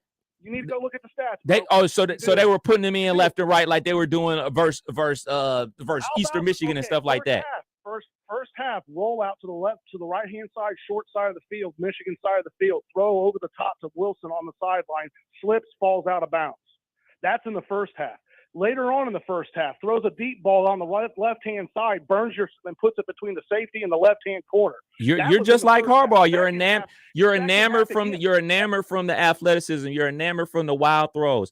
Then if you're enamored so much by that, if Harbaugh is so enamored by that, do what he did when he was with the 49ers. Tell the other less athletic guy, the dude with the lower ceiling, like Alex Smith, say, hey, we're going with the guy that we think has a higher ceiling. There's nothing wrong with that by telling somebody that. This is athletics. People get benched all the time. It is what it is. But this whole flipping and flopping, and for a guy that has proven himself and proven to be the leader of the team, I think that's just foul to him. I'm not talking about like, oh, man, his athleticism, this, that, and the third. I just think it's foul to him as a person for what he was able to accomplish as a starting quarterback for the University of Michigan, something that Jim Harbaugh wasn't able to do.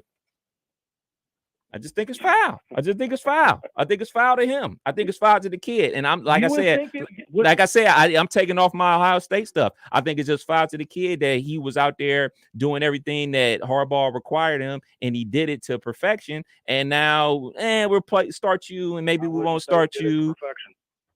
He did. No, he didn't. Yeah, he did. You're acting like he didn't miss any throws. You're acting like he didn't throw. Nobody's perfect. Nobody's perfect. They would have been undefeated if they would have left them in the game versus Sparty. No, they wouldn't have. Yeah, they would have. Yeah, they would have. Yeah, they would. They just had to go ahead. Like, oh, we got to keep dude happy. Just got to keep dude happy. Just got to keep the high star dude happy. Let the dude that go out there that's been doing his job properly go win the game. So and when he did that the 7 to 6 years previous to that, they got their tails whipped every single time. But we're talking about last year. We're talking about last year. See, now you're changing it. So he stuck with one quarterback for 6 years, got his tail whipped, played this way because he had a 5-star, and with some freshmen that came in, told them that they were going to split the role, but that doesn't matter because they actually won. No, you keep trying to bring it. You You keep trying to no. You keep trying to bring it back to. You keep trying to bring it back. You keep trying to bring it back to. I'm an Ohio State fan and I'm hating on y'all. I'm not saying that. I am saying that's not what I'm doing. You keep trying to sneak that in there to say, oh, we won 42, blah blah blah. That's great. No, I'm not trying to go there. Yes, you are. It's all good. Y'all won fair and square. And just remember who the quarterback was when that happened. Bro, I don't. So, hey, this is what I want y'all to do. I want y'all to bring in your hot shot 5-star quarterback that y'all just love so much. I want y'all to bring him in. I want y'all to bring him. Want y'all to bring him into the shoe. And I want Cade McNamara to transfer to Western Michigan and go to the big house and beat y'all. I'm a Cade McNamara fan now. And fucking Edwards. Whoa! Hey! Language. The quarterback's the only thing on this team. Dude, you need to. You act like the you all know what to do in the quarterback chat. didn't beat you Your blood pressure seems high, Shaw. Put some pills. And by the way, you gave these highlights of JJ against Michigan. He had all these he threw one pass. So I don't know. I mean, maybe you watched the same highlight twice. Maybe you hit rewind one too many times and you were rewatching the game. Get out of here, Shaw. We're done with you, man. And by the way, again, spent way too much time on them today. Yeah, Dayton's home of Michigan Wolverines football. Oh, no, this is Dayton's home of the Ohio State Buckeyes. Come on now. Come on, man. And that wasn't a hater Michigan segment, by the way. That's just a soft Michigan fan who doesn't know what he's talking about, trying to get mad at us, scream and holler, nearly drop a nice little non-FCC approved word on our airwaves, by the way. That would have been. Don't get Rond out here. You want to talk about foul? That's foul right there. Big foul. Big foul. All right. We're going to call Sean and make sure he's okay. Breathe. Yeah, just woosah. Lisinopril, bro. Yeah, he called me bro. Lisinopril, bro. We'll be right back. We're going to have his. Never mind. We'll be right back.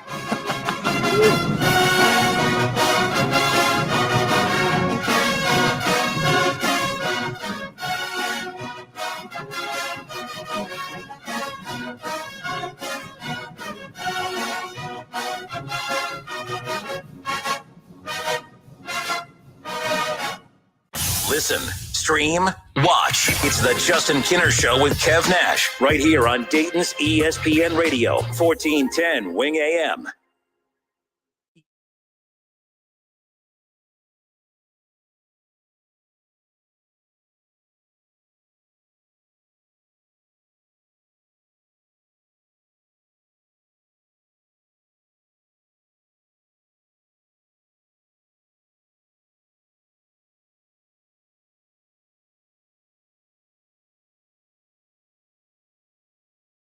House? Talk like that. How are you even with a house without a walk-in closet? Stop. You have more than enough storage. Oh yeah, and the unfinished basement. Gross. We'll finish it eventually. Together. No matter how much you already love your house, you'll love it more knowing you could save big bundling your home and auto with Progressive. Coverage from Progressive Casualty Insurance Company, affiliates, and third-party insurers. Bundle discount not available in all states or situations. The Labor Day event from Dell Technologies is here. End the summer strong by starting up a new season of productivity. Your business upgrade begins with up to 48% off top-rated laptops, like Vostro, taking performance to the next level with 12th Gen Intel Core processors. It's time to push your growing business even further. What's next for you? Upgrade today by calling 877-ASK-DELL. That's 877-ASK-DELL. Doctors Without Borders teams confront hard facts in conflict and crisis zones. When others look away, we step in to act. Because measles still kills more than 100,000 children every year, we're there to vaccinate more than 1 million. Because some countries have only 1 or 2 mental health professionals, we provided over 400,000 mental health consultations last year. The fact is, your support makes our life-saving work possible. Picture the impact we can have together. DoctorsWithoutBorders.org. Meet Boost, the fizzing amazing vitamin boost that turn your H2O into H2O, so you feel like I like to boost it. My vitamins can boost it. I like to boost it. We like to boost it. because it's not just vitamins, it's Boost, the fizzing amazing vitamin boost. Find Boost, the vitamin boosts, at CVS or CVS.com and give yourself a boost with Boost. Save 11% on all your outdoor storage needs at Menards. Suncast outdoor storage sheds keep your gardening tools, bicycles, and outdoor equipment organized and protected with steel-reinforced double-wall construction, metal hinges, and lockable handles. Get peace of mind with 11% off all Suncast storage sheds now at Menards. Good through September 5th. Savings are a mail-in rebate. Some exclusions apply. See store for details. Save big money at Menards. Everyday values are at only one place, Frickers. Monday, boneless frickin' chicken wings. Tuesday, traditional frickin' chicken wings. Wednesday is all about that steak. Thursday, frickin' chicken chunks. Frickers, where kids 10 and under eat free every day. Remember draft beer specials, everyday values, and kids eat free every day. The home for money-saving value is the home for fun, food, sports, and spirits, Frickers. The IRS is ramping up collection, and if you owe back taxes or have years of unfiled tax returns, listen carefully. Before it's too late, check your eligibility for the Fresh Start program still offered by the IRS to reduce or even eliminate your tax problems. Call our special hotline number now and find out in minutes if you qualify for these life-changing debt reduction programs. Business or personal, if you're in a payment plan with no end in sight, have unfiled tax returns, under audit, have a wage or bank levy, or finally just want to know your options, call the experts at Republic Tax Relief and stop collections immediately. A+ rated by the Better Business Bureau with a 5-star rating from Yelp, this veteran-owned company has the fight you need to take on the IRS. Don't go at it alone. Call their hotline number now, 800-509-3124. That's 800-509-3124. Find out if you qualify today. Call 800-509-3124 or go to republictaxrelief.com. If you need to hire, you need Indeed. Their all-in-one hiring solution lets you attract candidates and even conduct virtual interviews. Learn more at Indeed.com/credit. The snap, the home, the kick, and it's blocked. The kick is blocked. The ball is live, and the ball is loose, and Fairmont comes away with it. Running up the far right sideline, the crowd is absolutely going crazy here, and that's going to be our first score of the night. Not the Alternites, but the Fairmont Firebirds strike first.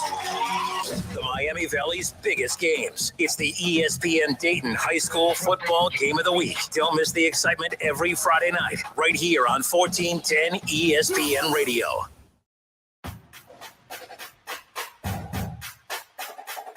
Justin Kinner, Kev Nash, back with you here on 1410 ESPN Radio. What? What? I can't hear you. Talk a little louder.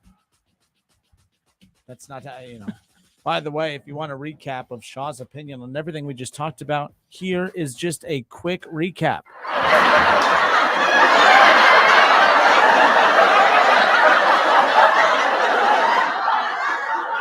This is my favorite part.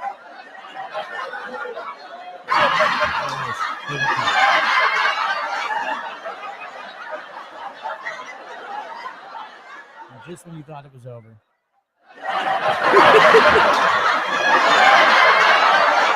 Anyways, we welcome you back. It's the Justin Kinner Show with Kev Nash live here on Dayton's ESPN radio station. Shaw said that he... Oh, wow, we got a lot of middle fingers. Whoa! Real classy. Stay classy, Shaw. Super he said aggressive. Typical Buckeye fans. I say typical Michigan fans right there, just acting. Actually, no, there's some Michigan fans in the chat who are chiming into the conversation. To be clear, having a little fun right now, but at the end of the day, this wasn't a bash Michigan segment in regards to doing it just because of the Ohio State-Michigan rivalry. This is right. We were giving our opinions based on the coaching decision here. If this was Minnesota, if this was any team out there, it doesn't matter. This would be the opinions that we have. So it is what it is. Not every time that there's an opinion that goes against that team up north. By the way, a team that, makes the playoff last year, and now they act like they're a part of the all the elite programs in college football right now. That's not the case. So I'm just saying, like, it is what it is. Sorry that you're getting your feelings hurt about this, but at the end of the day, it's just no other coach or team does this. And you're talking about all the snaps and stuff that he took last year. Yes, in blowout games, and you go to him, but like that's the thing too. Like you could have, if McNamara does his job and they blow out the teams they're supposed to, Colorado State and Hawaii, you could still get a lot of snaps for JJ in those same games, right? Yeah, like man, he threw like almost 60 passes last year, man. It was a true 2-quarterback system. Get out of here, bro. Because I'm bro. Yeah, oh yeah, you're bro, and I'm hey, sir. Shaw says no, it was, and you're trying to wrap it around a normal take. It was a normal take. At no point was this a really. You familiar with Ralph Tresvant? He is the lead singer of New Edition. No. Okay, so back in the 80s, New Edition R&B group, they broke up. They went solo careers. He had a song called "A Man with Sensitivity." That is Shaw. Very Ralph Tresvant right now. Very what he Ralph. said. Yeah. So Randy Scott, shout out. And by the way, I need a man. Mark Smith said no cap. Educating the listeners. I love it. So Randy Scott Jr., a Michigan fan, he says, we real fans know that, Justin. Kev took his Ohio State hat off and was spitting facts. It's not fair to the players of the team to play a 2 QB system. And there we go. See, shout out to Randy Scott. And I know there was a couple other Michigan fans in here that were chiming in on behalf of the take that Kev and I had, of course. But it is what it is. But shout out to him, by the way. So appreciate Yeah, man, this is the quarterback. This isn't a DB. This isn't a linebacker. This isn't a defensive tackle, for goodness sake. This is the quarterback, man. Look, I'm an Ohio State fan. I don't care who your quarterback is. I just want to beat them. But for the kids' sake, for the two dudes that are trying to compete for the position, whoever is the best, whoever won in camp, they play. So if Shaw would have came on here and gave me some knowledge about some insight about Michigan, like they just don't know who to pick. They need more time. Okay, I'll take that. I'll buy that. But that wasn't his take. That wasn't his opinion. If the coaches need more time and want to evaluate further, okay, I may disagree, but that would make sense. But no, we did it last year, 42-35, whatever the score was. I didn't bring up Ohio State. He kept bringing up Ohio State. Look, they won fair and square. They beat our butts. They ran the ball down our throat. They were the Big Ten champions. They went to the college football playoff while we were watching the Rose Bowl. Great Rose Bowl game, by the way. And it is what it is. My whole simple thing is, look, man, just pick a dude, man. Just pick a dude. If you need more time, if that's the case, say, hey, we need more time. Don't be out here bringing Jesus Christ into this and saying it was meant from the heavens and quoting the good book and everything like that, because God and Jesus Christ don't care about football. They just don't. Damn. They just don't. Sorry. Jeez, what are you doing? They just now don't. You're doing. Now you're... I'm pretty sure they got more important things to worry about than our football. Okay? That's all, man. Just that type of stuff annoys me. If you're going to focus on a book, focus on that playbook that is not predicated around a 2-quarterback system. Let's just be clear. All right. So there's that. Gordon Gross makes a good point. He goes, Dabo went with Lawrence from that point on. Saban went with Tua from that point on. This Michigan situation is not the same. It's Harbaugh thinking he is the smartest guy in the room. And that's what we were saying. Make a decision and stick to it, or make a decision and let them aesthetically play their way out of the position. Right. Michigan fans will know if McNamara is hurting them or not. And like, for instance, here's an example. Haskins is a prime example. I, from the very beginning, I liked JT Barrett, but I also liked Dwayne Haskins. I was hearing a lot of great things about Dwayne Haskins. Dwayne Haskins came into the game against, coincidentally enough, Michigan. JT Barrett got hurt, went out. They put Haskins in, and he led a very impressive drive. In fact, he kind of sparked some energy into the offense. And then Buckeye fans were like, oh, you know what? That guy looks like he has something. That guy looks like he's better. That guy... Then there was a little controversy there, right? But it all took care of itself, because then that's when it was between Haskins and Joe Burrow the next year. Joe Burrow transfers out and boom. Had Joe Burrow stayed, I don't think that Urban Meyer is sitting there saying, okay, the first 2 games of that year, Haskins, you're starting game 1. Well, Burrow, I sure hope not, because I wasn't a part of the show back then. But when Coach was doing the flip-floppity with, Cardell and JT, I was raging because that just does not work. Our older listeners know about Coach Spurrier down in Florida, and they won a national championship doing a true 2-quarterback system where both dudes basically play equal snaps. Outside of that, it hasn't worked. There's been cases where the backup quarterback has come in and won games, or you got a goal line quarterback or a quarterback that does certain things, but a true dual quarterback system just simply does not work outside of the Spurrier years with the Florida Gators.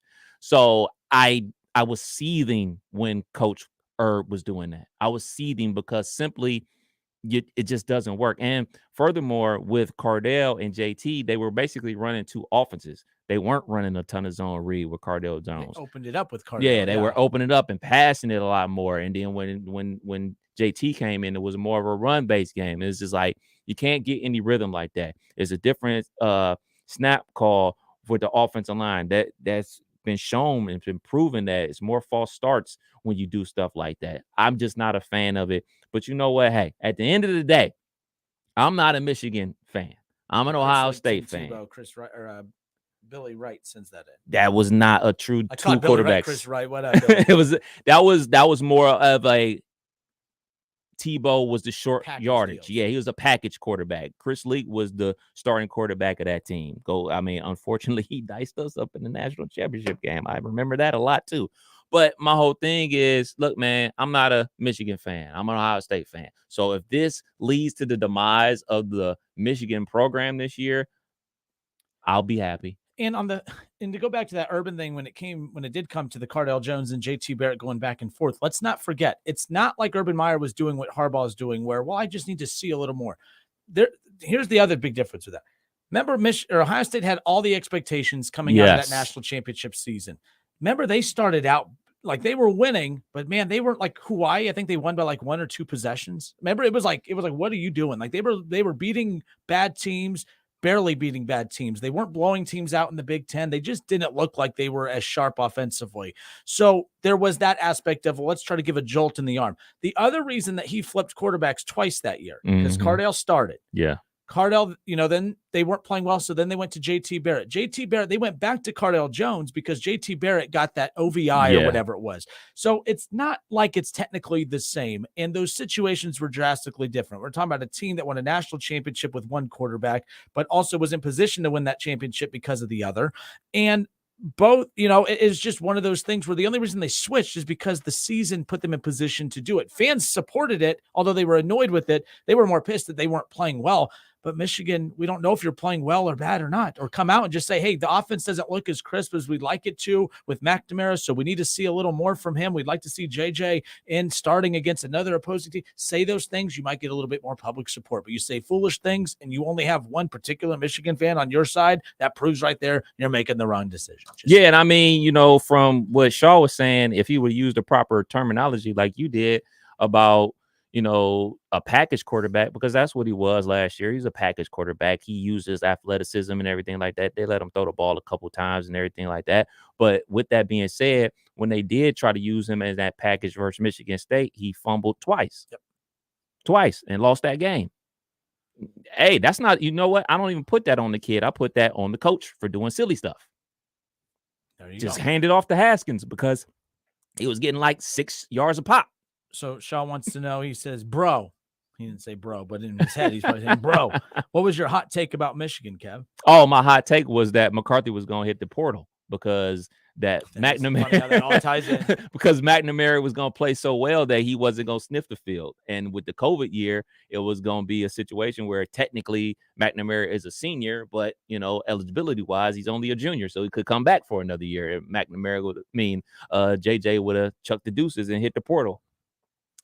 All right, 518-1410, 518-1410. Josh Maloney on Facebook says, let's be real. Harbaugh just wants to give the best 2 quarterbacks in the country some playing time. That's what it is. Hey, okay. It's what it is. Who knows? All right, folks, we move on from, yes, exactly. Forrest says, what's the next subject? We're moving on from this. I mean, my goodness. Oh, man, hold up. One more from Shaw. Uh-oh. He also went 3 for 4, 57 yards and a touchdown and the 2 fumbles. But, yeah, he played those 2 fumble snaps. Well, when the exchange between a running back and quarterback, 99.9% of the time is on the quarterback. Fumble! You fumbled your take, Shaw. Get over it. Let's move over to high school football now. There was a ton of great high school football action over the weekend. We got to call the Fairmont Firebirds win over the Trotwood Rams. Fun matchup there. Obviously, Fairmont ran away with that, especially in the second half. Just too many turnovers and undisciplined play from Trotwood led to Fairmont coming away with the win. Trotwood, though, they have the talent. I love their quarterback. Their quarterback looks really, really sharp. But we'll talk about that matchup as well as some of the other top matchups in the Miami Valley. Shout out to Beaver Creek getting in the win category, of course. I know that program's kind of experienced some down years as of late, but they got a huge win this past weekend. So shout out to Beaver Creek on top of that. But Xenia looked great. Piqua looked dominant. Centerville got a big win. How about Springfield, man? Springfield's going to have a weird, wonky start to the season, but they came away with a big win on Saturday night. We're going to give you the top 5 player performances in the Miami Valley from this past weekend, week 2 high school football action. Coming up next, right here on Dayton's ESPN radio station, 1410 Wing AM.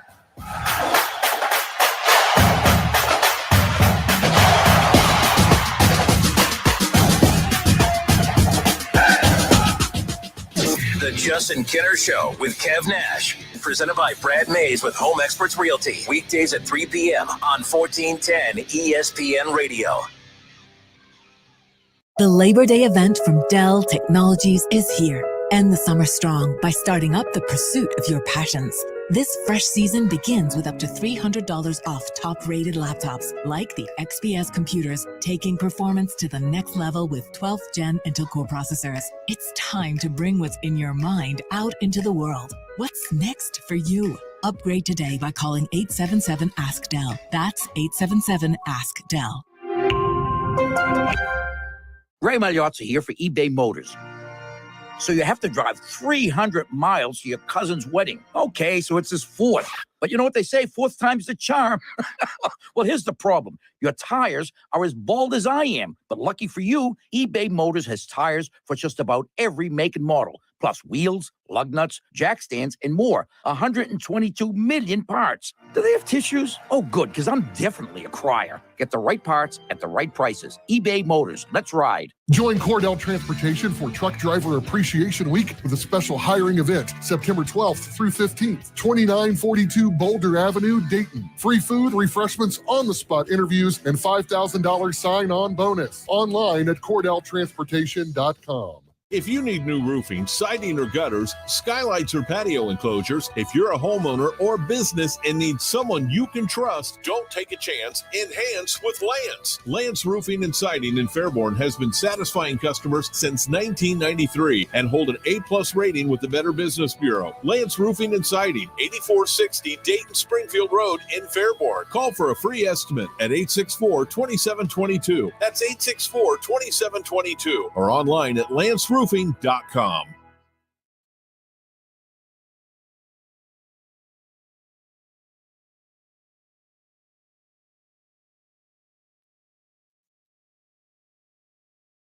Shakers, groundbreakers, future makers, innovators, trailblazers, disruptors, streamers, dreamers. So no matter what business you're in, we'll always be delivering for you. USPS, delivering for America. Learn more at USPS.com/delivering.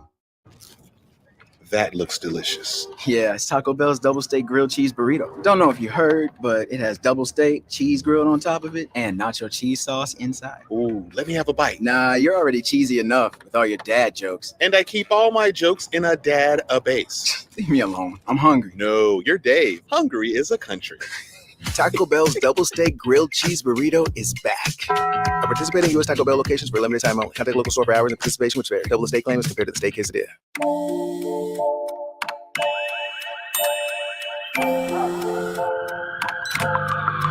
The world is always on, but you shouldn't be. Put junk sleep to bed. During Mattress Firm's Labor Day sale, get a king for the price of a queen or a queen for a twin. And save up to $700 on ceiling. Talk to a sleep expert and unjunk your sleep today. Mattress Firm. How did hiring the right person become so difficult? Well, it doesn't have to be. Alpha Digital already has targeted databases built to very qualified candidates that are just looking for the right opportunity. That allows you to target exactly who you're trying to reach with a budget that is customized just for you. Learn about all the possibilities by going to alphamediadigital.com today. Find your next star employee with alphamediadigital.com. Hello, it's John Kozik, founder and president of TurboTrack Realty, and I buy real estate as is, fast for cash. Give us a call today for an all-cash offer at 614-470-2000, 614-470-2000. I buy inherited properties, vacant homes, rentals, commercial properties, and apartment buildings. Give us a call today and speak with one of our friendly staff members at 614-470-2000, 614-470-2000. Galaxy Z Fold 4 is changing the way you get things done with an expansive foldable screen that lets you use up to 3 apps at once. Visit Samsung.com to order your Galaxy Z Fold 4. Hey everybody, it's Stephen A. Smith, and everyone knows my feelings on Cowboys fans. But really, Justin Kenner, you're a Cowboys fan and a Browns fan? Good Lord have mercy. I don't know what the hell to do with y'all. I really don't. It's the Justin Kenner Show with Kev Nash. Weekdays from 3 to 6 p.m. on 1410 ESPN Radio.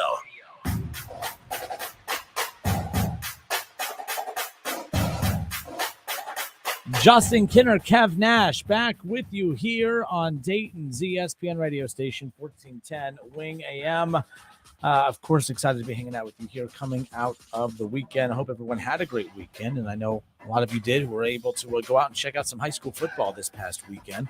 With that being said, I wanted to highlight some of the top performers in the Miami Valley here from week 2. A lot of great storylines. How about the Springfield Wildcat? Actually, no, we're going to come in with number 5. Number 5 on our week 2 high school football top performers list.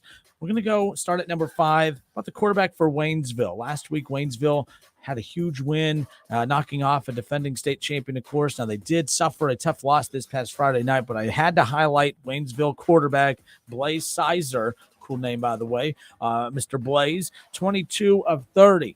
For 311 yards and 3 touchdowns. Waynesville, unfortunately, lost to Greenville 38-35 in an exciting back-and-forth matchup, but I wanted to highlight the play of their star quarterback in Blaze Sizer again, who had a tough outing last week in their win, had a great performance on Friday, and they lost, but that's just how high school football works, right?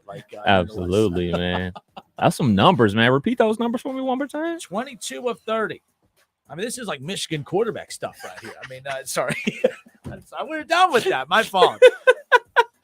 Waynesville quarterback Blaze Sizer completed 22 of 30 passes for 311 yards and 3 touchdowns. Waynesville, unfortunately, lost to Greenview 38-35, but I wanted to make sure that we highlighted his star performance. And to be clear, we're not laughing at this Mr. Blaze Sizer. We're still just amazed at the Michigan fans from the previous conversation. Not Michigan fans. I'm sorry. There were some great Michigan fans in there. Just one in particular. Yeah. Shouts out to Shaw. He makes the shows better. He can't hijack this segment. You're right. You're correct. This is about the kids. It's about the kids. Family. I don't know why I said kids like that. What the heck is wrong with me? All right, Waynesville quarterback Blaze Sizer completed 22 of 30 passes, 311 yards, and 3 touchdowns. He comes in at number 5 on the list. Coming in at number 4, Piqua wide receiver Ryan Brown. He had himself a day. Piqua beat West Carrollton 58-0. There was a lot of points to go around, and Ryan Brown made sure to take advantage of that, Kev.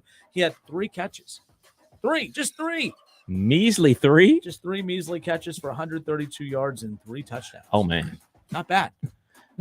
So shout out to Mr. Ryan Brown, star wide receiver for the Sound like my stats from high school. Yeah, same as, 3 more catches and 132 more yards than I ever had.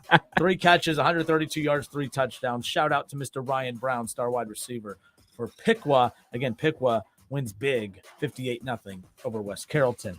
Coming in at number 3 on our high school top performances list here for week 2 of the high school football season here in the Miami Valley. Kev, how about Xenia running back Trayshawn Sanders? Looking like Barry Sanders out there with the way he's running around. 20 carries, 249 yards in the touchdown. Xenia beat Troy 50-20. A lot of high-scoring games. I was just about to say that. When did high school start scoring in the 50s like this? Well, let's be clear. Like usually, in college football in the NFL, we would say the defense, the offense has to catch up with the defense, right? Uh-huh. Not in high school. Defense is trying to catch up with these dang offenses, man. But Xenia wins big over Troy 50-20. Woo. So shout out to Xenia running back Trayshawn Sanders. Back-to-back weeks where we've had Trayshawn Sanders in our top 5 performances list. So want to make sure, we give him a little shout-out as well. But, yes, that was one of the bigger blowouts of the week. That's for sure. But, when you think about the fact that, he's had that performance in back-to-back weeks the way that he has, 20 carries, 249 yards, a touchdown. But you look at what he did last week, Kev. He had 11 carries for 151 yards and 3 touchdowns. So the kid does it all. Shout out to, again, Trayshawn Sanders. Great performance in their huge win this past Friday night. Coming in at number 2, I got to see this performance up close, and shout out to Fairmont running back Drew Baker. Drew Baker, man, I tell you, so consistent, averaging about 188 yards on the season, 2 games in, has 6 touchdowns already, 2 games in, but he had a huge performance this past Friday night in Fairmont's big win over the Trotwood Rams on the road. He carried the ball 30 times for 172 yards, 4 touchdowns. What's the thing Zeke do? Feed me. He's kind of nibbling a bit. He's nibbling a bit. He's snacking a bit. He's eating the whole dang thing. Fairmont beat Trotwood 38-14, but Fairmont running back Drew Baker, again, 30 carries, 172 yards, and 4 touchdowns, man. 4. That's, good for him. He's averaging 3 touchdowns a game at this point, and just an absolute dominant performance. He had 215 or something like that yards last week in their win against Alter. He's a workhorse. He's their guy. He's been their guy in 2 straight weeks to open the season up. And number 1 on our high school top performances list for week 2 of the high school football season here in the Miami Valley, Kev, Springfield wide receiver, Mr. Anthony Brown. Anthony Brown, 8 catches, 134 yards, and 3 touchdowns. Now, Springfield, they won 29-22 over DeSmet, one of the top teams coming out of Missouri. They were able to schedule this game late. They didn't have a week 2 matchup in their first game. Who was it? St. Ignatius. Their first game against St. Ignatius in Cleveland last week in week 1 got stormed out. There was lightning. The rain had stopped. Lightning had basically made the game unplayable. And then they didn't have a week 2 opponent. Imagine. I know we kind of got used to that during COVID, just never knowing what to expect, with the games being canceled here and there. But to not have a week 2 opponent, they get a week 2 opponent late. That's a heck of an opponent that they beat, and they won in a close one, 29-22. Springfield and the Wildcats off to a great start with that win. But Anthony Brown, 8 catches, 134 yards, and 3 touchdowns. Speed. This kid has a ton of speed. I believe he's going to Kentucky. If I'm not mistaken. You talk about I think Mo has a soft spot for that Kentucky program. Little Mr. plug. Douglas, so there you go. But yes, he had a great game. He's going to be playing great football on some Saturdays here in the near future.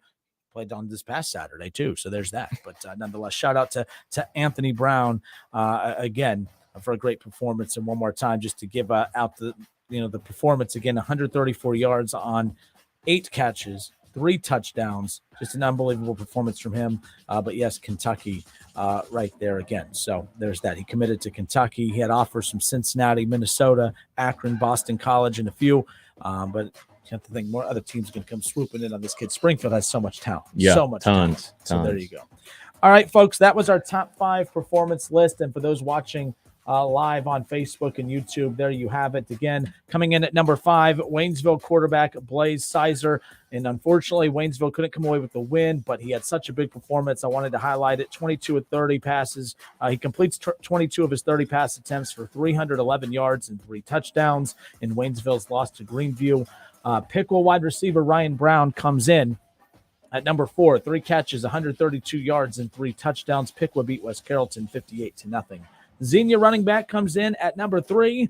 Trayshawn Sanders, 20 carries, 249 yards, and a touchdown. And Xenia's huge blowout win over Troy, 50-20. Fairmont running back Drew Baker comes in at number 2, 172 yards and 4 touchdowns on 30 carries.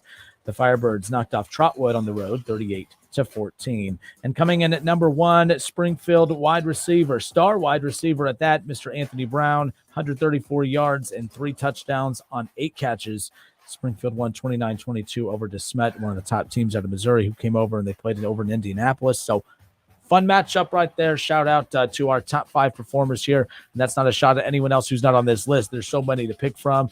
If you'd like to submit names that should have been on this list. I have no problem continuing to shout out some of the top performers out there, but head to Facebook, jump on the Justin Kinner Show Facebook page, and let's hear it. I'll continue to read out some of the top performers that you think we missed. I'd be glad to put them on the list. It's the Justin Kinner Show here with Kev Nash on 1410 ESPN Radio, our high school football game of the week. This Friday night, week 3 action. We will have the Wayne Warriors welcoming in Pickerington Central. So we're pretty excited about that matchup. Keith Byers will be back with me in the broadcast booth. So there you go. We'll be right back. Hour 2 or hour 3. Damn, time flies when you're having fun. More of the Justin Kinner Show with Kev Nash when we come back.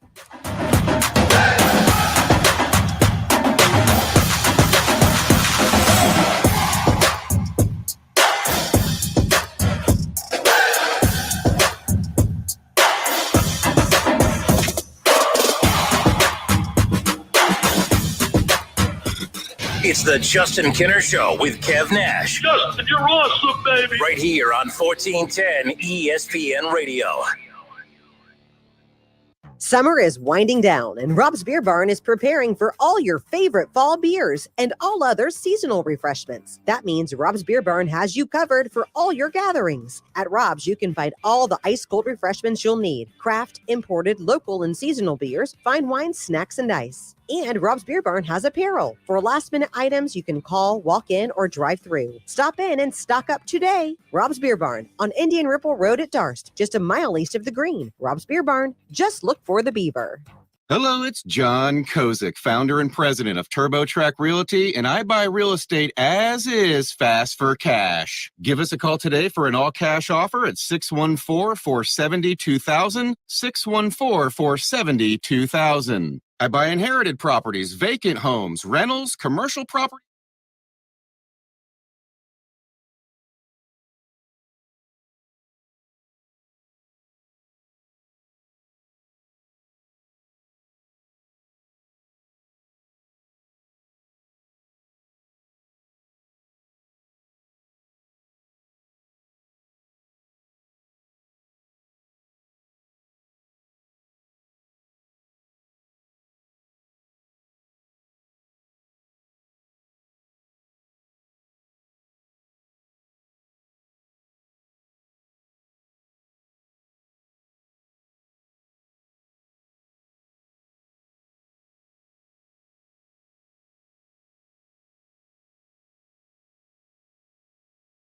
Reactions. Take Creon as directed by your doctor and always with food. Do not chew capsules as this may cause mouth irritation. Other side effects may include blood sugar changes, gas, dizziness, sore throat, and cough. These are not all the side effects of Creon. Creon is the #1 prescribed EPI treatment. Ask your doctor about Creon for EPI and visit creoninfo.com or call 800-633-9110 to learn more. That's CREON info.com. It's time again for A. Brown & Sons Nursery's annual stock reduction auction of high-quality nursery stock.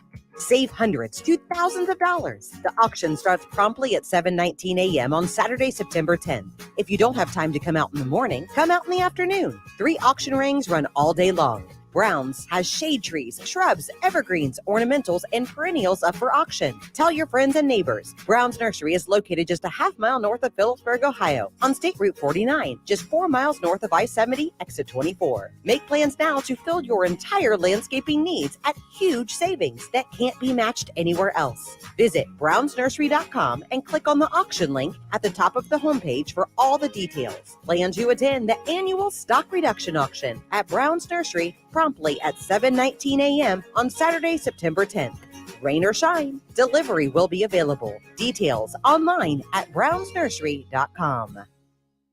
There's never any FOMO with the iHeartRadio app. You won't ever have to miss out on your favorite shows and contests with this radio station again. Radio 24/7, 365. We're here when you want us. Stay connected and listen anywhere when you download the free iHeartRadio app. Montgomery County veterans, we're here to serve you. You served your country, and now it's time we served you. You are entitled to many VA benefits, to include compensation, pension, and more. Call 937-225-4801 or online at mcvsc.org. Summer's over, but that joint pain is still there. It's time to do something. Hey, it's Keith Byers. I want you to call QC Kinetics now. You put it off long enough.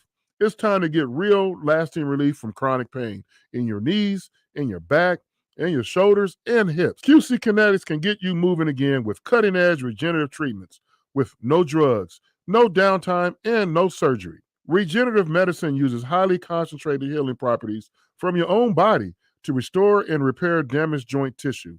And QC Kinetics is the nation leader in exciting breakthrough natural approach to eliminating joint pain. Lots of people here have done this, and they are living life to the fullest, pain-free. Don't assume the old ways of dealing with joint pain are the only ways. Call QC Kinetics today. Stop putting it off. Call now for a free consultation. 937-936-0325. That's 937-936-0325. The brand new Galaxy Z Flip 4 is finally here with a sleek foldable design that lets you make your device conveniently compact. Visit Samsung.com to order your Galaxy Z Flip 4. WING 1410 Dayton. Dayton's ESPN Radio.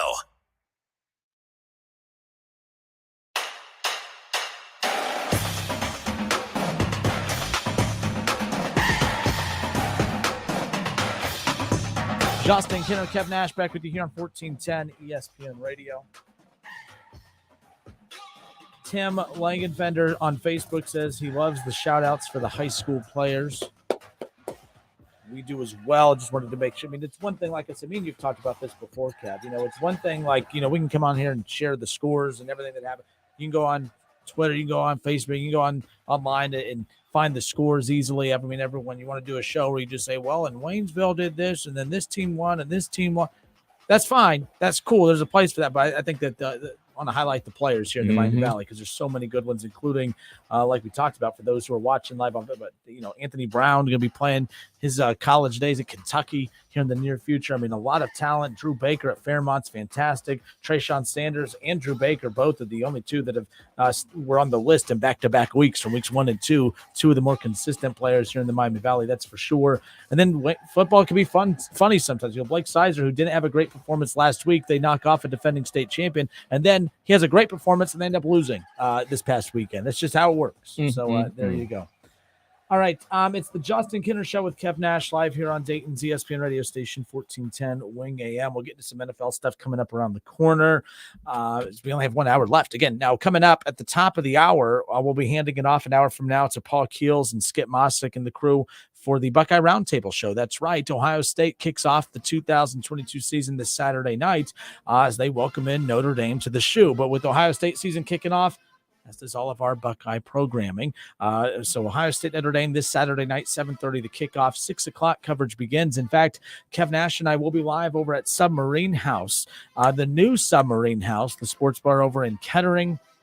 For those of you that want the address, again, that's 930 East Dorothy Lane. This Saturday, again, Kev Nash and I will be going live throughout the pregame show on 1410 Wing AM and, of course, our sister station, 92.9 Jack FM, getting you set for Ohio State, Notre Dame. But we got plenty of prizes to give away. We got T-shirts. We got tickets to see the Cincinnati Reds. We got WWE Live, who's going to be here next month. We're giving away tickets to that. And then plus an opportunity for you to register to win a golf outing with College Football Hall of Famer Keith Byers over, of course, at Walnut Grove Country Club. So you and a friend, you come out, or you can come out, register to win, and if you win, you and a friend win a golf outing with Keith Byers at Walnut Grove Country Club.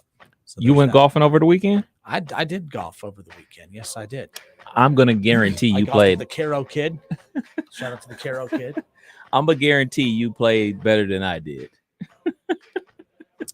I saw that. I was going to let you just bring that up, but you don't golf. So that, let's be honest. What is your golf game? So this was my very first time golfing. Even though I worked at a country club when I was in high school, I never golfed before. The closest thing I've ever been to golfing is like putt around town. I've been to Top Golf before, but this was a totally different animal. For people that want to get into golfing and everything like that, you got to have patience because I was up there hacking, swinging and missing and ball. I almost killed somebody, by the way. Yeah. Should have been standing there. So I finally make good contact at the tee off and it doesn't go straight. It goes left. And there's a gentleman walking and I mean, it's humming. Did you yell for? Did. I was like, did Killer Kev tell you? Yes, he yelled for me because all I was oh, and then and it like whizzed past his head like it was like a missile. I was impressed that I hit it that hard, but I wanted to go Kevin's over here straight. laughing. He almost kills a guy. That's great. That's great. I always forget to yell for. I'm always so pissed off. I'm selfish. I'm more worried about me hitting a bad shot than I am about the person I'm about to hit with the golf ball. Yeah. But I'm very intrigued by the game. I had a good time. Was there at any point, what course did you play about? We went to Franklin Family Practice Golf Course down in Franklin. Yeah. Was there any houses around? No. See, Highway. I was getting nervous. When I have like a straight shot that has houses hugging the left and the right side, my ball, it's like a magnet. The ball just happens just to go there. And by the way, for you people, you highfalutin people out there who live on a golf course, I feel the same way. You're not allowed to live on a golf course and get mad when your house gets hit with I feel the same way. It's the stupidest thing I've ever heard of. It's like people who live by an airport and get pissed because, oh God, all I hear are planes all day long. You guys, don't be that person. I'm not saying you have to be happy if a golf ball comes through your window, but to sit there and come out and raise hell and get mad at people because the ball hits their house. You live on a golf course, you moron. You're not allowed to get mad at people who hit your house with a golf ball. Like, seriously, it drives me nuts. Sometimes I like when I hit a house because there's a part of me that's like, you had it coming. But, it makes me feel less guilty about it. Like, I'm mad that you live there. I'm mad that your house is there. You think I wanted to hit your house? You think I want to be having this conversation? I didn't hit a house, by the way, but it has happened. And I've seen it happen to a buddy of mine who hit a house before, and he's terrified. I'm like, I'll walk right up and get it. That's fine. I hope they come out and yell. And I say, don't live on a golf course. You don't want a golf ball to come hit your freaking house. Don't live on a damn golf course. You people amaze me.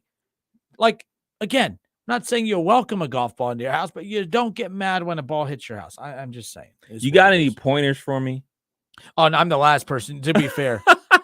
I'm the last person that you want to be asking for any advice on golf from, to be honest. I have no clue what I'm doing. Absolutely none. So I talked to my father-in-law and I told him that I was playing or whatever. He called me, gave me some words of advice. And then after it, I called him. He's like, how'd it go? I was like, horrible. He's like, what went wrong? I was like, making contact. And it was just basically told me, keep your eye on the ball and don't be afraid to hit the ground. Like, the clubs are made to hit the ground. Like, you're probably missing because you're swinging above it. It's not baseball. You don't have to try to swing for the fences. Let the club do the work. Just swing it, natural swing. So next time I go out there, I'm going to try to take those words of advice and try to execute them. Woofa. We should do a 1410 ESPN Radio golf outing, but you need to work on some things. I need to work on. Yeah. We can't be running this thing and then look like we've never picked up a golf club in our life before. Yeah, because it's a video out there floating of Jalen Rose at the golf course. That's how I was looking. That's how bad I was. You know what? I'm not being mean, but you're right. You did. You did. I'm bad too, by the way. But but it's okay. You don't play ever. That was my first time. I've played religiously for 3 years now, and I look as bad now as I did when I started. So it is what it is. But no, I feel you. I got to get better, man. What's okay? If you're bowling bad, which sport is more like? I've asked this before because bowling season's coming up. Right? Yes, sir. When you're bowling bad, or when you're playing bad at when you're having a bad outing, which one angers you people more? Like, for those of you who golf and those of you who bowl in the league, when you're having your worst night possible as a bowler and your worst day possible as a golfer, which one do you feel like your anger comes out more in?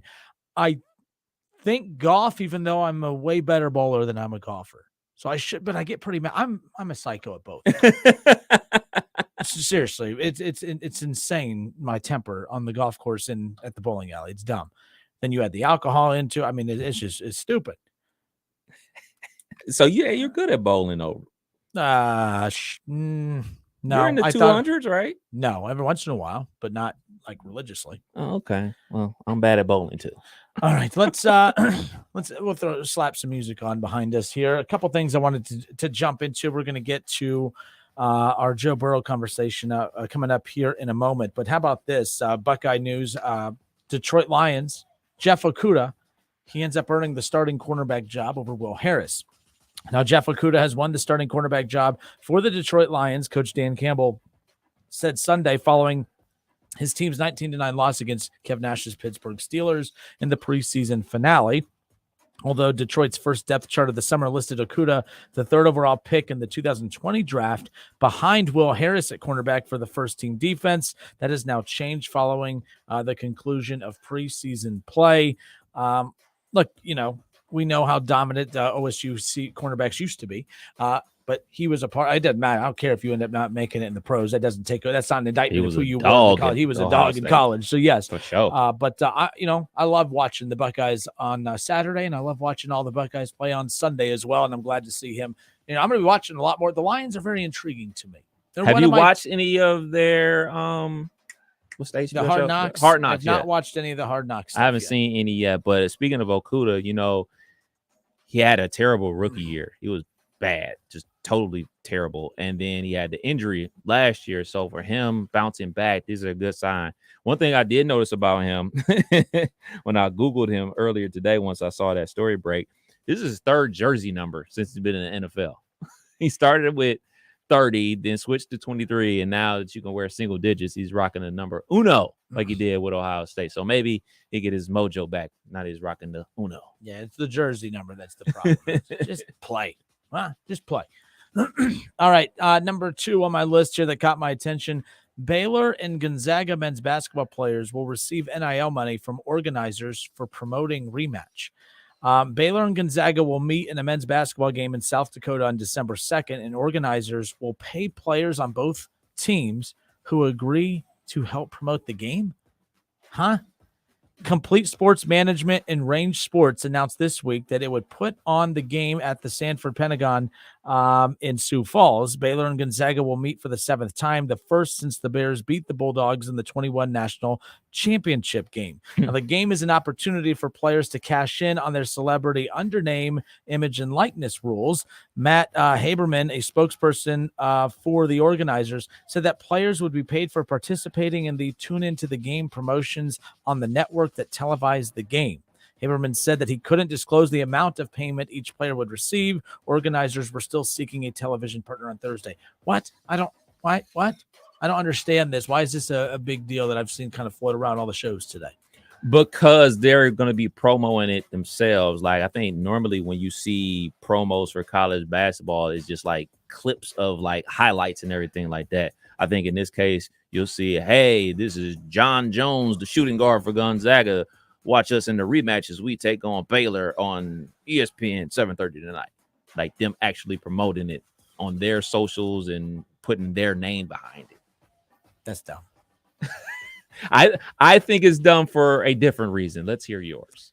I think it's dumb to pay someone to be doing what they should be doing anyways. Outside of the fact that I mean, hold on, let me reset here. So, I mean, this is where the name, image, and likeness stuff comes in as far as like people criticizing the schools for using the faces of the players to sell the tickets for the game. But like the players that benefits you too. I don't understand that. I don't see in the pros the players getting paid for, like, you know what I mean? If Russell Wilson, his face is being used on the Fox NFL logo for the Broncos against whoever, he's not being paid for that. So that's why I find this weird. I don't find it dumb that they're being paid, whatever, but I just find this concept strange. Like, you're opening the door to now players telling networks like ESPN and others, hey, by the way, I'm not going to promote the game this weekend unless you pay me. I just find this odd. The players should be promoting the game no matter what, but hey, if they're dumb enough to pay you for it, more power to you, I guess. I think it's dumb because it's called the rematch, and it's not a rematch. These Gonzaga dudes and Baylor dudes are in the NBA or across seas or working a corporate job. They're not playing each other. Their uniforms are playing each other. The coaches are coaching against each other. This ain't a rematch. This is just not a rematch. So on to the next one. Yes, very weird, but whatever. Make your money. I just thought the concept was weird, but very valid as far as the rematch is concerned. That's like saying that the preseason game between the Rams and the Bengals was a rematch. No one played in that game. Right. It was worth anything. So I'm just saying the practice was a rematch. I think the Rams won back-to-back games, if that's the case, if we're basing what happened there. Nicholas Sanders, this was like, it's like a Detroit sports station today. Nicholas Sanders joins Michigan State Spartans men's basketball as a walk-on. Now you're like, Nicholas Sanders, who cares? Is he related to Bernie? No. Bill the Burn? No. He's the stick to sports. He is the son of Detroit Lions great Barry Sanders. So interesting. Barry Sanders' son joins Michigan State Spartans men's basketball as a walk-on. Very interesting. I just, little name recognition there. Not bad. I know his son went to Stanford, and then he transferred to Oklahoma State. Well, his older son, Barry Sanders Jr., went to Stanford, then transferred to Oklahoma State. But yeah, this is cool. I mean, it's always cool when you hear about famous kids, still walking on. That means you got to pay his own way and ain't getting a handout or anything like that. But yeah, pretty cool. So in Ireland over the weekend, we opened up the show in hour number 1 today, talking about the Nebraska and the Northwestern game. As my headline said earlier, I was pretty proud of it, play on words, but frostbit. Nebraska is frostbit once again. That was, of course, one of the big takeaways from that game of whether it was dumb or not to go for the onside kick or what have you. But we've talked about that already. But another big headline from that Nebraska and Northwestern game, of course, was the free beer. Free beer was the right call at the Dublin game when technical issues arose at Nebraska Northwestern football. Now, in the post-game analysis, free beer at Nebraska Northwestern game in Ireland was the right call. The freebies flowed for 2 hours during Northwestern's 31-28 victory on Saturday, and the catering company for Aviva Stadium hailed its workers for keeping the refreshments coming. Interesting. So I guess the problem. Oh, this is why. I didn't even think of this. Duh. The Wi-Fi being down. I was like, who cares if the Wi-Fi is down? Oh, so you can't be on your phone. The Wi-Fi is down, so none of the payment operators were working. Now I get it. Okay, see, I didn't know this. A whole new world. I totally forgot about that too. So I just thought, I was like, so what? I was like, man, they are very, I don't know. I thought that's interesting. So, the catering company for Aviva Stadium hailed its workers for keeping the refreshments coming. The problem was with its payment provider and not with the stadium's internet connection is what it all broke down to when it was all said and done. Now, due to technical issues caused by our payment provider, SumUp, we were unable to process card transactions for 2 hours. The company said in a statement, it said the problem was solely down to the external network system, which the payment provider operates on to process transaction.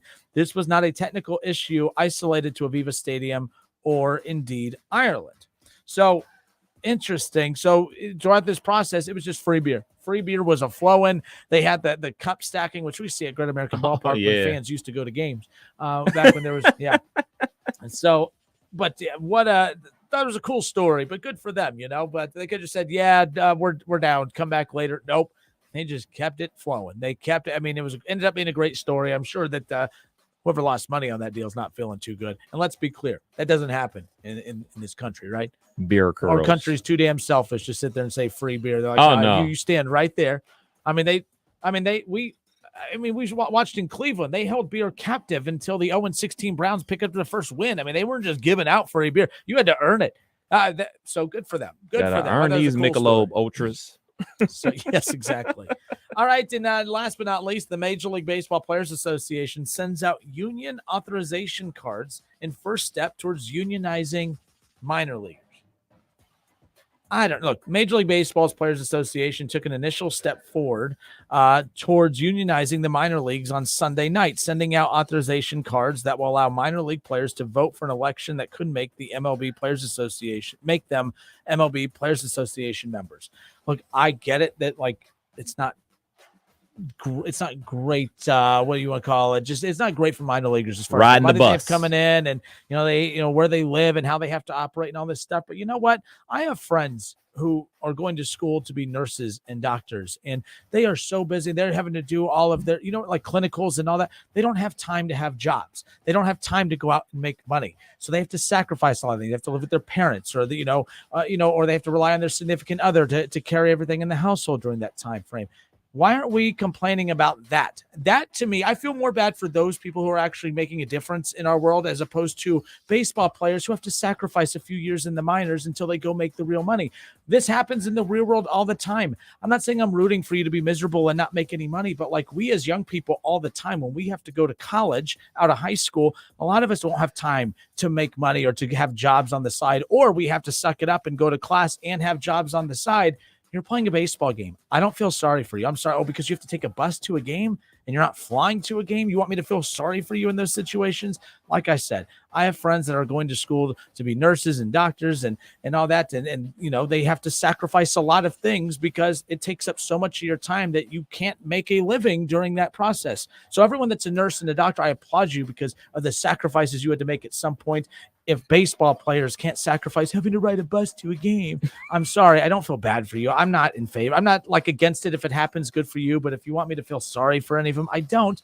It's just the nature of it. Like, it stinks, but it is what it is. Sorry if I'm angering people with that, but it is what it is. I'm not privy to the complaints or the disagreements that the players in the minor leagues have with everything that goes on. But I will say this, it is the minor leagues. So the revenue generated isn't at the same level as it is as the majors, or even, what we have here with our Dayton Dragons and everything like that. So I would have to know, like, okay, are they skimming money off the top, so to speak, and everything like that? And are they staying at the Ramada and everything like that? Or are you telling me you want to stay at the NBC Suites?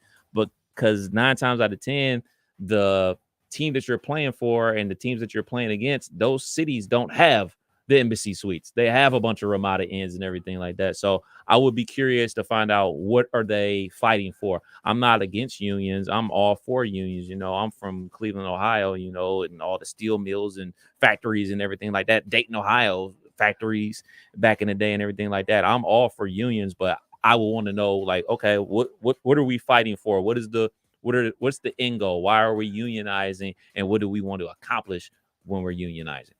And by the way, and this, eventually they'll all be taken care of, and that's fine. I'm not against it. But this idea that you're trying to grow, you're trying to build public support around it and trying to rally everyone around you, like, that with everything we have wrong in this country, the last thing that I give 2 rips about is the fact that baseball players and the minors have to take a school bus to a ball game.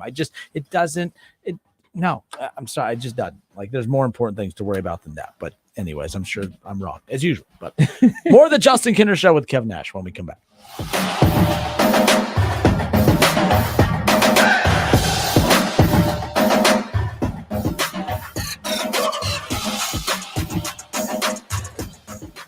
The Justin Kinner Show with Kev Nash, presented by Brad Mays with Home Experts Realty. Weekdays at 3 p.m. on 1410 ESPN Radio.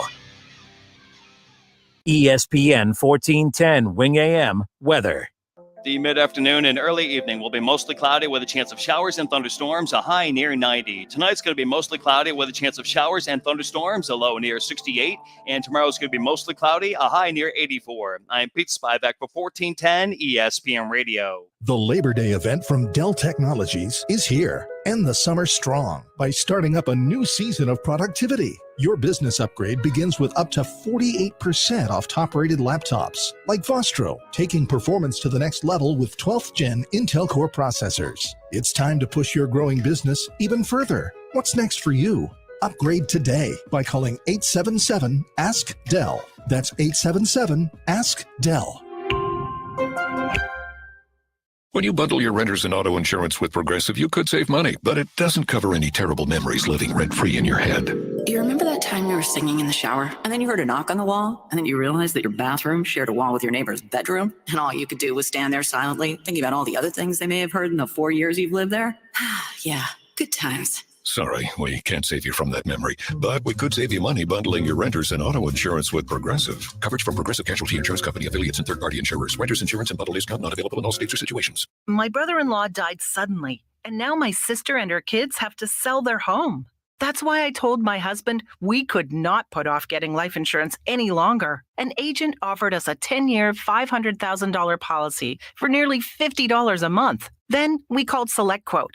SelectQuote found us identical coverage for only $19 a month, a savings of $369 a year. Whether you need a $500,000 policy or a $5 million policy, SelectQuote could save you more than 50% on term life insurance. For your free quote, call SelectQuote at 1-800-743-8080. That's 1-800-743-8080. Or go to SelectQuote.com. 1-800-743-8080. That's 1-800-743-8080. SelectQuote.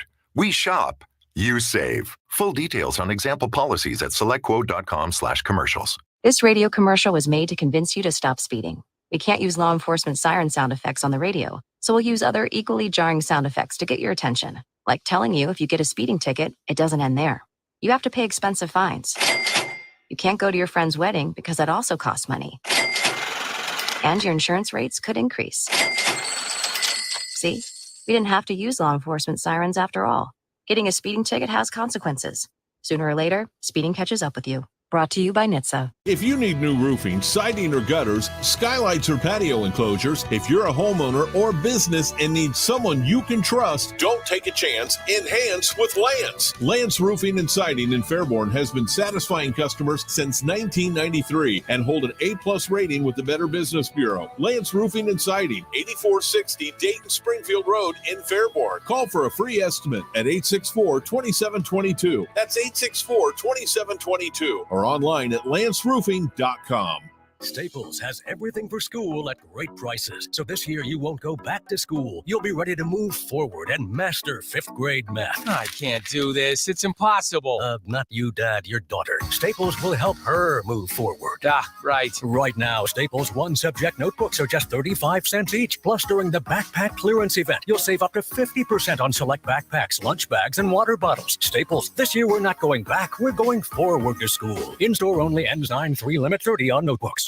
You need employees. Tell me about it. Actually, tell us about it. Why? Because when you tell us about your job openings, we can tell over 300,000 other people. You can? Yeah, whether you're looking for a job or a better job, Alpha Media Recruitment can help fill any position with qualified job seekers with a custom plan that combines our broadcast and digital platforms. You can do that? It's what we do. Alpha Media Dayton, on air, on site, on demand. Call 937-519-0111. That's 937-519-0111. Or email DaytonJobs@alphamediausa.com. That's DaytonJobs@alphamediausa.com. Do you owe the IRS $10,000 or more in back taxes? Are you being audited or investigated? Has the IRS sent you a letter demanding payment? You may not owe what they claim. Make this free call to the tax doctor now. Let them negotiate with the IRS on your behalf. Call 800-631-9123. 800-631-9123. That's 800-631-9123. Explore Banana Republic Factory now and enjoy 50% off everything from heritage classics to new arrivals for the season. Discover essential styles from $24.99. Find your nearest store or shop online only at Banana Republic Factory. Having a tough time paying your bills? Learn how to reduce your credit card debt to a fraction of what you owe. Call the Debt Helpline now for free advice. 800-329-9912. 800-329-9912. Do you know what people see when they Google you? Search engines don't always get it right. And when they're wrong, it's your reputation on the line. So what do when you don't agree with your search results? Call Reputation Defender at 800-401-6681. Reputation Defender by Norton is one of the most trusted names in online reputation repair. We have over a decade of experience in fixing people's search results, and we can help you too. Using cutting-edge approaches, Reputation Defender pushes unflattering information down to lower pages of your search results, where few people ever look. We also promote the good stuff so that it rises to the top, letting you put your best foot forward. Your good name is too valuable to leave to the whims of a Google algorithm. You owe it to yourself to take control with Reputation Defender. Visit www.reputationdefender.com or call 800-401-6681 for free advice on your situation. 800-401-6681. The brand new Galaxy Z Flip 4 is finally here with a sleek foldable design that lets you make your device conveniently compact. Visit Samsung.com to order your Galaxy Z Flip 4.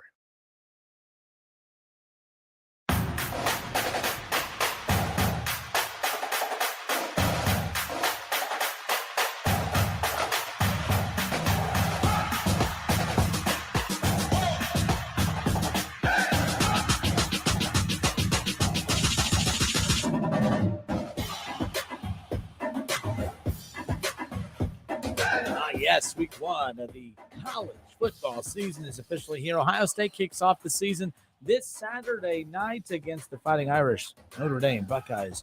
Notre Dame, 6 o'clock. Coverage begins right here on Dayton's home of the Buckeyes, 1410 ESPN Radio. Again, Kev Nash and I, we're going to be live out at Submarine House here in Kettering. So 930 East Dorothy Road is the address. So come hang out with Kevin. You know, Shaw already threatened us. He said he's coming to see us on Saturday. Y'all want to come meet Shaw? Come on out to Submarine House in Kettering this Saturday. Kev Nash and I, though, in all seriousness, we're going to be going live throughout the pregame show, getting you set for Ohio State, Notre Dame. You'll hear from Paul Keel, Skip Mossick. You'll hear from Coach Day. Kev Nash and I will chime in as well. We'll be giving you our thoughts again heading in. We'll be passing the mic around, getting some of your predictions as well if you come on out and hang out with us. So come on out. We'll be giving away Reds tickets. We're giving away T-shirts. We got WWE, who's going to be live here next month. We got a lot of good tickets available for that as well. Plus, you can register for a chance for you and a friend to golf with Keith Byers at Walnut Grove Country Club. All you got to do is come out, register.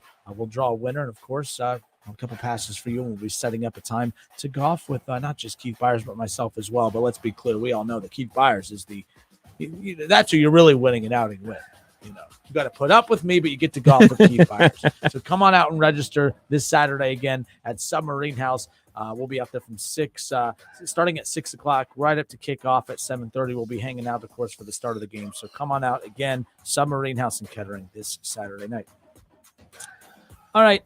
So again, as we are officially here at the end of August, heading into September, college football kicks off this weekend. The NFL kicks off here in a few weeks as well. I kind of want to be done with list season, and this is how we bury list season. We are no longer going to be doing lists moving forward. Hopefully we don't have to, but we're going to close it out with this because I found this interesting. So the NFL every year does their top 100, and they walk it right up to the kickoff of the season, of course, and we now know who the top 100 players in the NFL are in 2022. Not my list, not Kev's list, not some random boob writer's list. I mean, this is the players. The players are voting on this. So you can't, for those of you out there, and I say this to Kev all the time, my biggest thing that people irritate me with is, well, Kenner, you never played, so who cares? Well, if I tell you something you want to hear about your team, I'm credible. But if I tell you something you don't want to hear about your team, I'm not credible. That's just how it works, right? And that's not just me. It's Kev or anyone else who's never played college or NFL. Our takes are always great and they're wonderful and we're credible when we're telling you what you want to hear. But you know what? The second we say something that you don't like, well, what do you guys know? You never played. Well, that's where these guys come in. These guys, they not just played, they play. They're the current players in the NFL telling you who the top 100 players are. If Kinder was to come out and say that Joe Burrow is not one of the top 20 players in the National Football League, what does Kinder know? He's an idiot. He's just a Bengals hater. What does he know, right? What does he know? He's just a Browns fan who's being a Bengals hater. What do you know? But if the players, Kev, come out and tell you that Joe Burrow is not a top 20 player in the National Football League, well, what do you got to say now? Well, they're idiots. What do they know? What do they know about the NFL, the league that they play in? Joe Burrow not coming in the top 10 or the top 20, coming in at number 21. Of course, this has been known for quite some time now, but now that you've seen who comes in at number 20 through 10 and 10 and 9 through and 1, kind of shocked some people. Tom Brady coming in as the number 1 player in the National Football League, Kevin. So again, a lot of interesting stuff in these top 100 lists. I'm not going to dissect 1 through 100, but Tom Brady being number 1, Joe Burrow coming in at number 21. I found that kind of interesting. I'm not really arguing that he should be in the top 20, but I also don't have a problem with him not being in the top 20. Let his career breathe a little bit, would you? Joe Burrow didn't become an elite quarterback in the NFL, and honestly, until later in the year last year and through the playoffs looked solid. So I don't have a problem with him not being in the top 20, but Bengals fans out there, it's always hate. It's us against the world. It's always that mentality. Your thoughts? I think that's every fan base. I think every fan base thinks, it's just them, Kev. It's just them. Don't bail them out. I think that's every fan base thinks that, oh man, they don't like my team. They're always out to get us and everything like that. For me, I think that's about right. I mean, top 21 or whatever, but I think it goes to kudos to the players for not just only voting quarterbacks in the top 10 or voting wide receivers in the top 10 or anything like that, or offensive players. I saw a lot of love being shown to a lot of defensive players. A lot of offensive linemen were up there as well. So like, those are the things like players know that we don't, though. Trent Williams up there in like the top 15 and everything like that. Like, we only talk about offensive line when they're bad, when they're giving up, 60 sacks or whatever it is that the Cincinnati Bengals did. But when you have a good offensive line, nobody mentions them. So I think it's important that not only we get a different perspective from the players saying, all right, these players are important. These players are valuable to what, we do to execute X, Y, and Z and everything like that. Obviously, guys else that were up there pretty high. TJ Watt was like 6. Aaron Donald, his reign at number 1 finally ended. He fell all the way back to number 2 and everything like that. I think it was a pretty accurate spot because if you start breaking it down by like position and everything like that, he still was a top 10 quarterback. You know what I'm saying? So I didn't get bent out of shape about it. Maybe because I'm not a Cincinnati Bengal fan, but like I think that's pretty accurate for me. I would probably be like around 20, 25-ish for me. Yeah, look, I mean, Joe Burrow comes in at number 21. Lamar Jackson came in at number 36 on that list. That led to a lot of conversation. But the guy that I think got the most disrespect of all quarterbacks, if we're going to go that route, Carr's a name that interests me. I am trying to find where he exactly fell on the list. But Justin Herbert coming in at 40 is more egregious than Joe Burrow coming in at number 21. For a lot of reasons. Like, no offensive player on the Chargers is higher than Justin Herbert. Justin Herbert is the number 1 Chargers offensive player that comes in on that list. As far as he comes in at 40, no other Chargers offensive player comes in after that. So Joe Burrow comes in at number 21, but Jamar Chase comes in at number 13 or 14 or something along those lines. So Joe Burrow's not the best offensive player on his roster. Jamar Chase is. That's why I don't have a problem. And look, we saw it last year. Joe Burrow was just good without Jamar Chase. He was elite when Jamar Chase got there. That's the impact of Jamar Chase. Justin Herbert coming in at number 40, I think is more egregious than Joe Burrow coming in at number 21.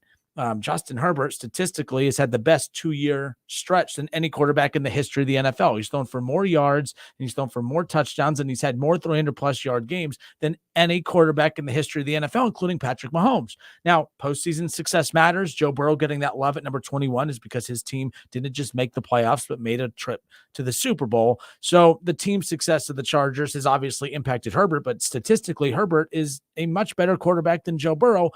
But the team success propped him up there. So I don't have an issue with Joe Burrow being at 21. I do have an issue with Justin Herbert being at number 40. But guess what? What do I know? I've never played. These are the NFL players telling you this right here. I also bring this up because I think this is an interesting season. The Kansas City Chiefs, I think their success this season is going to really shed light on how the Bengals need to view their roster moving forward. And here's why. Kev, what if Tyreek Hill goes to the Dolphins, and he's already with the Dolphins, but he's with the Dolphins. What if he goes there and Tua just explodes, comes onto the scene, and the Dolphins have an elite offense, or at least a very, very good offense, right?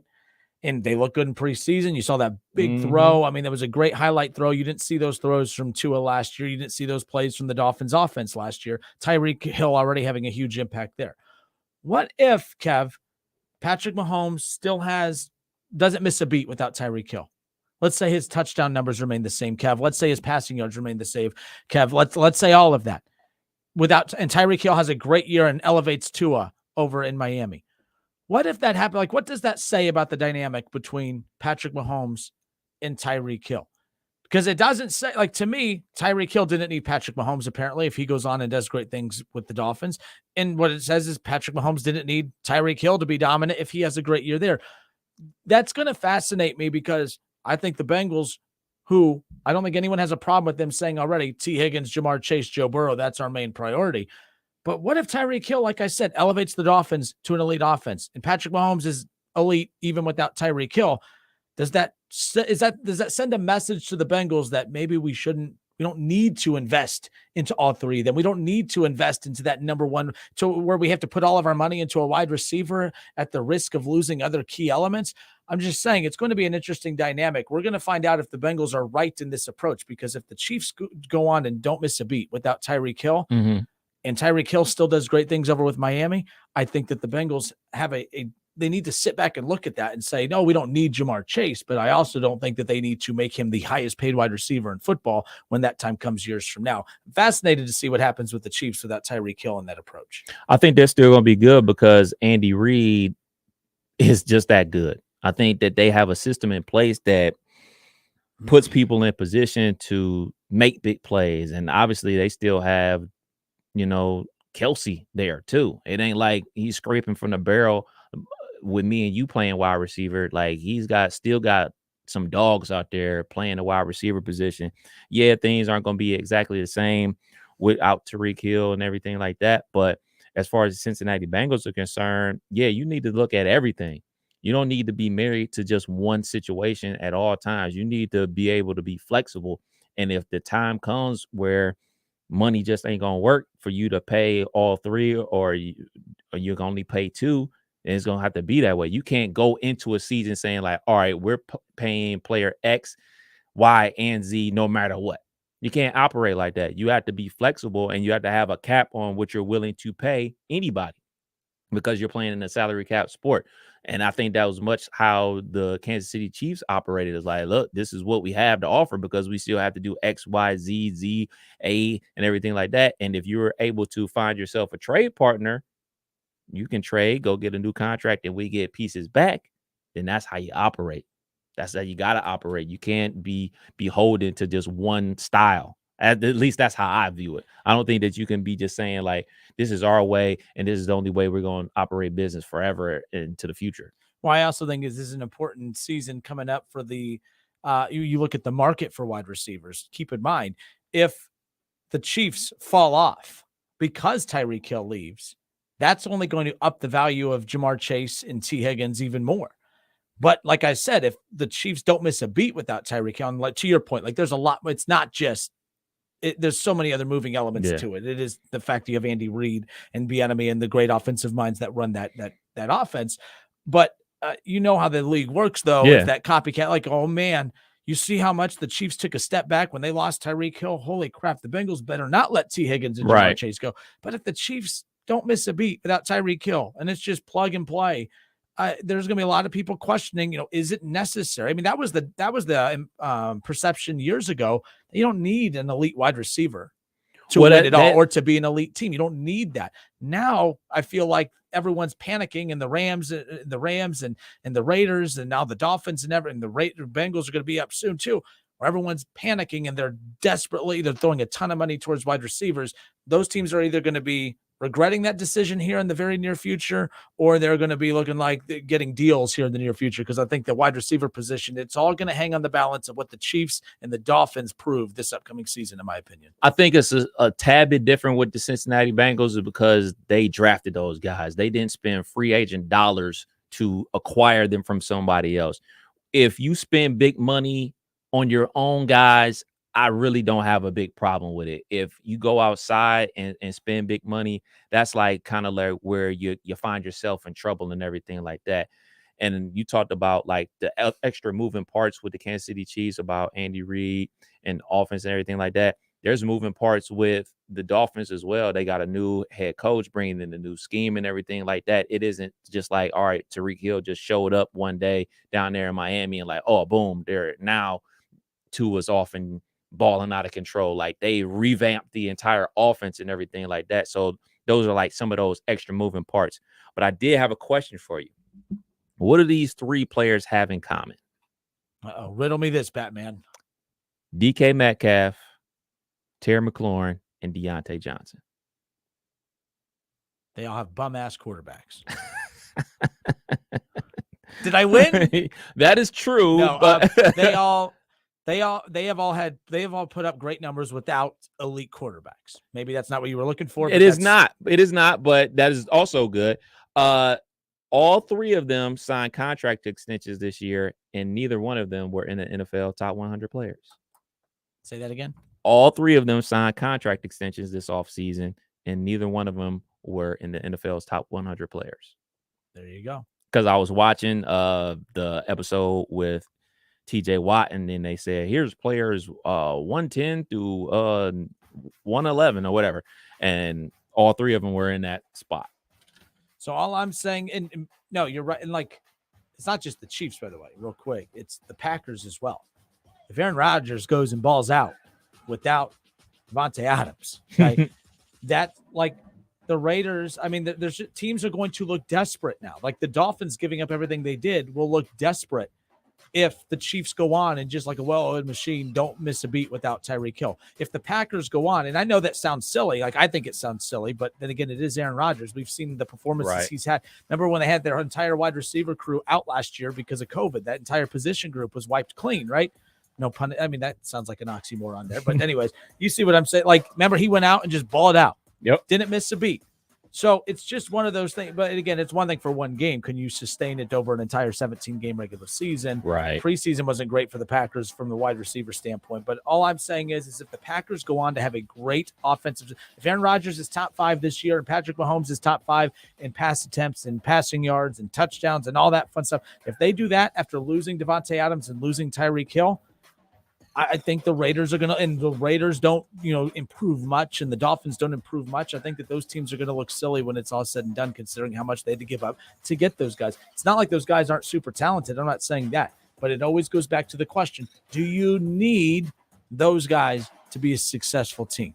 And that's why I'm asking about the Bengals because I think we're going to learn that at the end of this season. I know how great Jamar Chase is, okay? I lost that battle with the offensive line thing, whatever. I admitted I was wrong.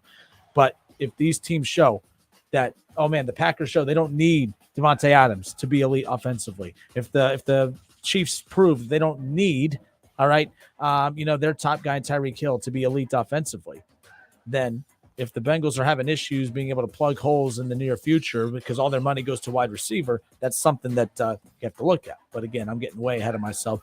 Bengals going to be a pain in the ass for me this year. I tell you that much. They're good. They're loaded. They'll be fine. All right, 518-1410. We have a few minutes left of the show. We'll take your calls on the other side. We got the Buckeye Roundtable coming up at 6:02 as well. We'll be right back.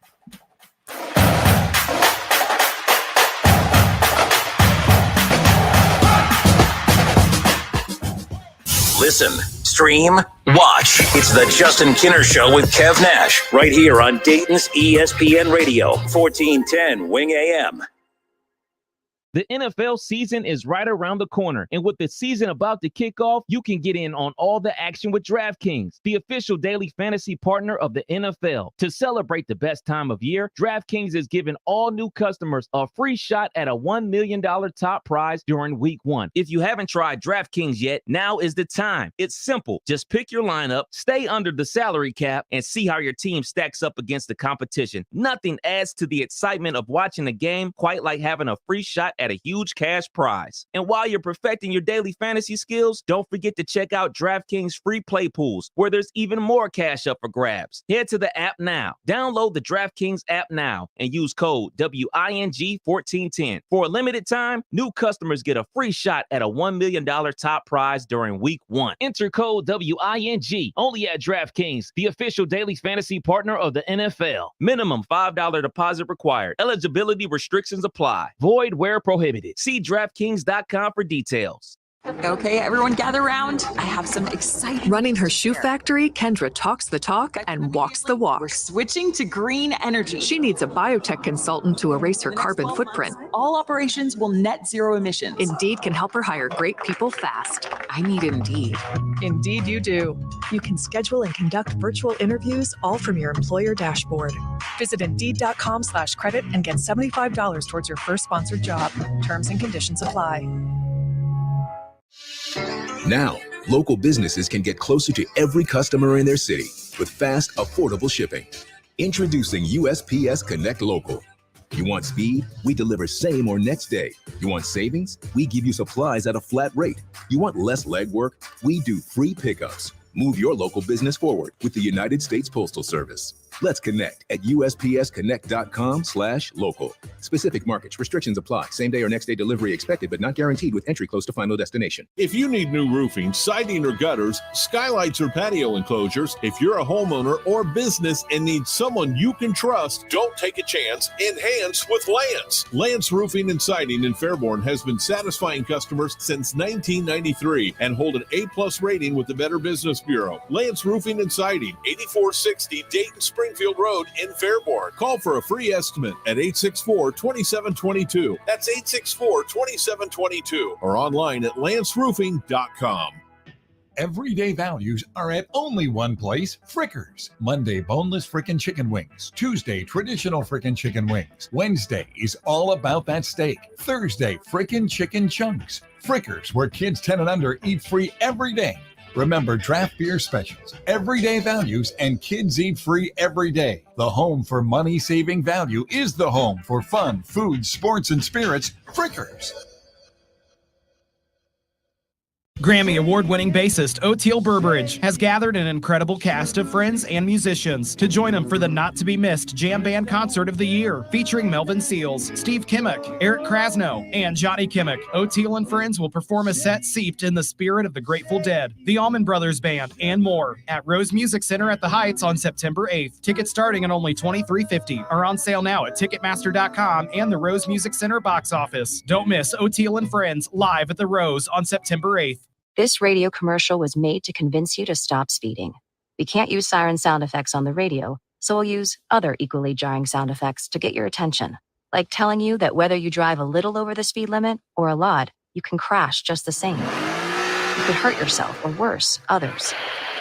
I'm at the scene of the collision. And the damage you cause will be beyond repair. See, we didn't have to use crash or siren sounds after all. Speeding catches up with you. Brought to you by NHTSA.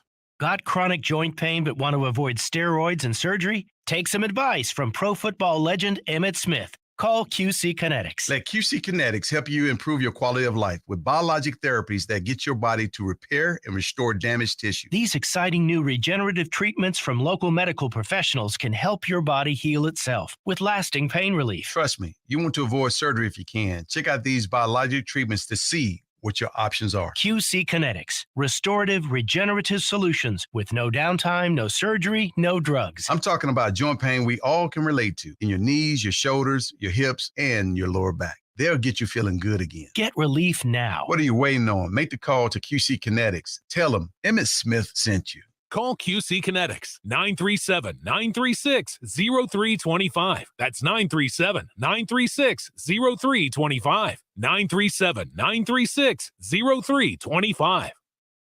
This Luck of the Irish moment is sponsored by O'Reilly Auto Parts. The past decade for author and screenwriter Delia Ephron has been tough. She lost both her sister and her husband, and she battled cancer. Now, she feels lucky to be alive. When something like this happens where everything fits in some way that is just extraordinary, it just makes you wonder about life. Think O'Reilly Auto Parts for all your car care needs. Get the parts and service you need fast from the professional parts people at O'Reilly Auto Parts. My heart was racing just making spaghetti. I could have waited to tell my doctor, but I didn't wait.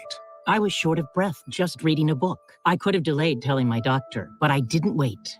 They told their doctors and found out they have atrial fibrillation, a condition which makes it about 5 times more likely to have a stroke. If you have one or more of these symptoms, irregular heartbeat, heart racing, chest pain, shortness of breath, fatigue, or lightheadedness, this is no time to wait. Contact your doctor. Brought to you by Bristol-Myers Squibb and Pfizer. At McAfee, they're more than just an air temperature company. They're an air quality company. Breathe easy. Choose McAfee. Looking for dippable chicken that's done right? Just stop by Lee's Famous Recipe Chicken for the 10-piece strips meal at a great price. You'll get 10 premium chicken tenderloins that are freshly marinated, honey-dipped, hand-breaded, and cooked to crispy perfection, along with 2 of our large sides, 5 fluffy biscuits, and 3 of your favorite dipping sauces. These are the best strips. No bones about it. Make your family and your wallet happy with a 10-piece strips meal, only at Lee's. Famous for chicken. Blake Maislin, Mr. 444-4444. When accidents happen, who do we call? You call 444-4444 and you let us get started immediately. Blake Maislin is the call to make. That's exactly right. 444-4444, wantmore.com. Need to hire? Find great people fast with Indeed. Their end-to-end hiring solution helps you attract, interview, and hire candidates all from one place. Visit Indeed.com/credit. Hello, it's John Kozik, founder and president of TurboTrack Realty, and I buy real estate as is fast for cash. Give us a call today for an all-cash offer at 614-470-2000, 614-470-2000. I buy inherited properties, vacant homes, rentals, commercial properties, and apartment buildings. Give us a call today and speak with one of our friendly staff members at 614-470-2000, 614-470-2000. Do you know what people see when they Google you? Search engines don't always get it right. And when they're wrong, it's your reputation on the line. So what do you do when you don't agree with your search results? Call Reputation Defender at 800-401-6681. Reputation Defender by Norton is one of the most trusted names in online reputation repair. We have over a decade of experience in fixing people's search results, and we can help you too. Using cutting-edge approaches, Reputation Defender pushes unflattering information down to lower pages of your search results, where few people ever look. We also promote the good stuff so that it rises to the top, letting you put your best foot forward. Your good name is too valuable to leave to the whims of a Google algorithm. You owe it to yourself to take control with Reputation Defender. Visit www.reputationdefender.com or call 800-401-6681 for free advice on your situation. 800-401-6681.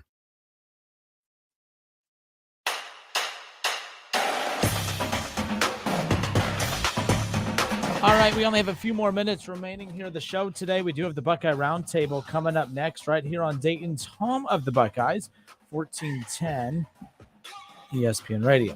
I'm Justin Kinner. He's Kev Nash. So, Kev, before the break, scoot to your left just a tad, just so you can remain on camera. Hey! Now we're back in it. A little Chris Collinsworth action for you right there. You slid right. There's that. ADD. Late in the day here. So news broke about half hour ago, and of course, as I clicked out of it, but so the Browns, and by the way, Jacoby Brissett looked horrible in the preseason. Let's just be real. Let's just be real. No ifs, ands, or buts about it. Yo. I know it's the preseason, but you know what? Like I still like the preseason's all wide to me. Like we talk about the starters not playing, but when the starters play, I expect you to look like a starter. I mean, we're hearing Jacoby Brissett, you know, he's a leader. He's this, he's that. He could step in and he's the perfect guy to bridge this gap. No, he is not. And you know what? If I'm wrong, then so be it. But not only was that, I didn't overreact to that over the weekend because I'm like, you know what? The Browns still have a plan. And that plan is the guy that's on the Niners roster that, you know, is going to be cut soon, and the Browns can pick him up. And then, you know what? NFL. We got the best of that one. Be about 500 record before Deshaun comes back. The Browns sneak into the playoffs. Browns season's over. It's over. It's over. Jimmy Garoppolo has just signed a 1-year contract extension with the San Francisco 49ers. The Niners are smart tier. He's going to be paid he's the highest paid backup quarterback in the National Football League, $6.5 million, all guaranteed. Plus, he has a no trade clause and a no tag clause, so he can't be tagged. He can't be traded at the deadline. It guarantees he will be with the Niners for the full season, and then, of course, he can leave the Niners on his own accord after this upcoming season and hit free agency and pick where he wants to go. So there is that. Your thoughts on that? That's bad for the Browns. That's bad for a lot of teams who thought they could potentially go in and swoop him up at that point. I think this is smart. You have a rookie quarterback, technically a second-year rookie, if you will. They're clearly not completely sold on him. I don't know what this does for the confidence of Trey Lance, but I do believe that if he doesn't look the part, Garoppolo is going to come in and swoop in and take it. The Niners have a Super Bowl caliber roster. Is it the Super Bowl favorite roster? No, but they're good enough to win a Super Bowl, especially in the NFC. Interesting nonetheless, Kev. Huge move by the Niners. They went ahead and locked him up to be the backup. They want to move forward with Trey Lance, but just in case, like, things ain't going well. Defense still playing lights out. Like always, we going to slide Jimmy G back up in here and start winning some ball games because you're right. Like in the NFL, your windows are very short. So they're trying to capitalize on that right now and having this insurance policy right now. And plus for Jimmy G, I mean, his agent is the man or woman because this contract is thumbs up. Like it's all in his favor. Everything's in his favor. I think it's 50-50. I think it's a win-win for both. The Niners have a roster that's good enough to win the Super Bowl. If things go south for Trey Lance, they're golden. And if they don't go, like if they're hoping they don't have to, but they have the best get out of jail free card. We only have about like 20 seconds hard here that we have to be out before we hand it off to the Buckeye Roundtable. But man, we'll talk more about this and what this means for the Browns moving forward and what it means for the NFC and the Niners. But that wraps it up for us here tonight. Until or later in the week, I should say. This has been the Justin Kinner Show with Kev Nash right here on Dayton's Home of the Buckeyes, 1410 ESPN Radio. Gentlemen, we are Dayton's home of the Ohio State Buckeyes. And into the end zone goes Chris Olave. KJ Hill, 6-yard touchdown.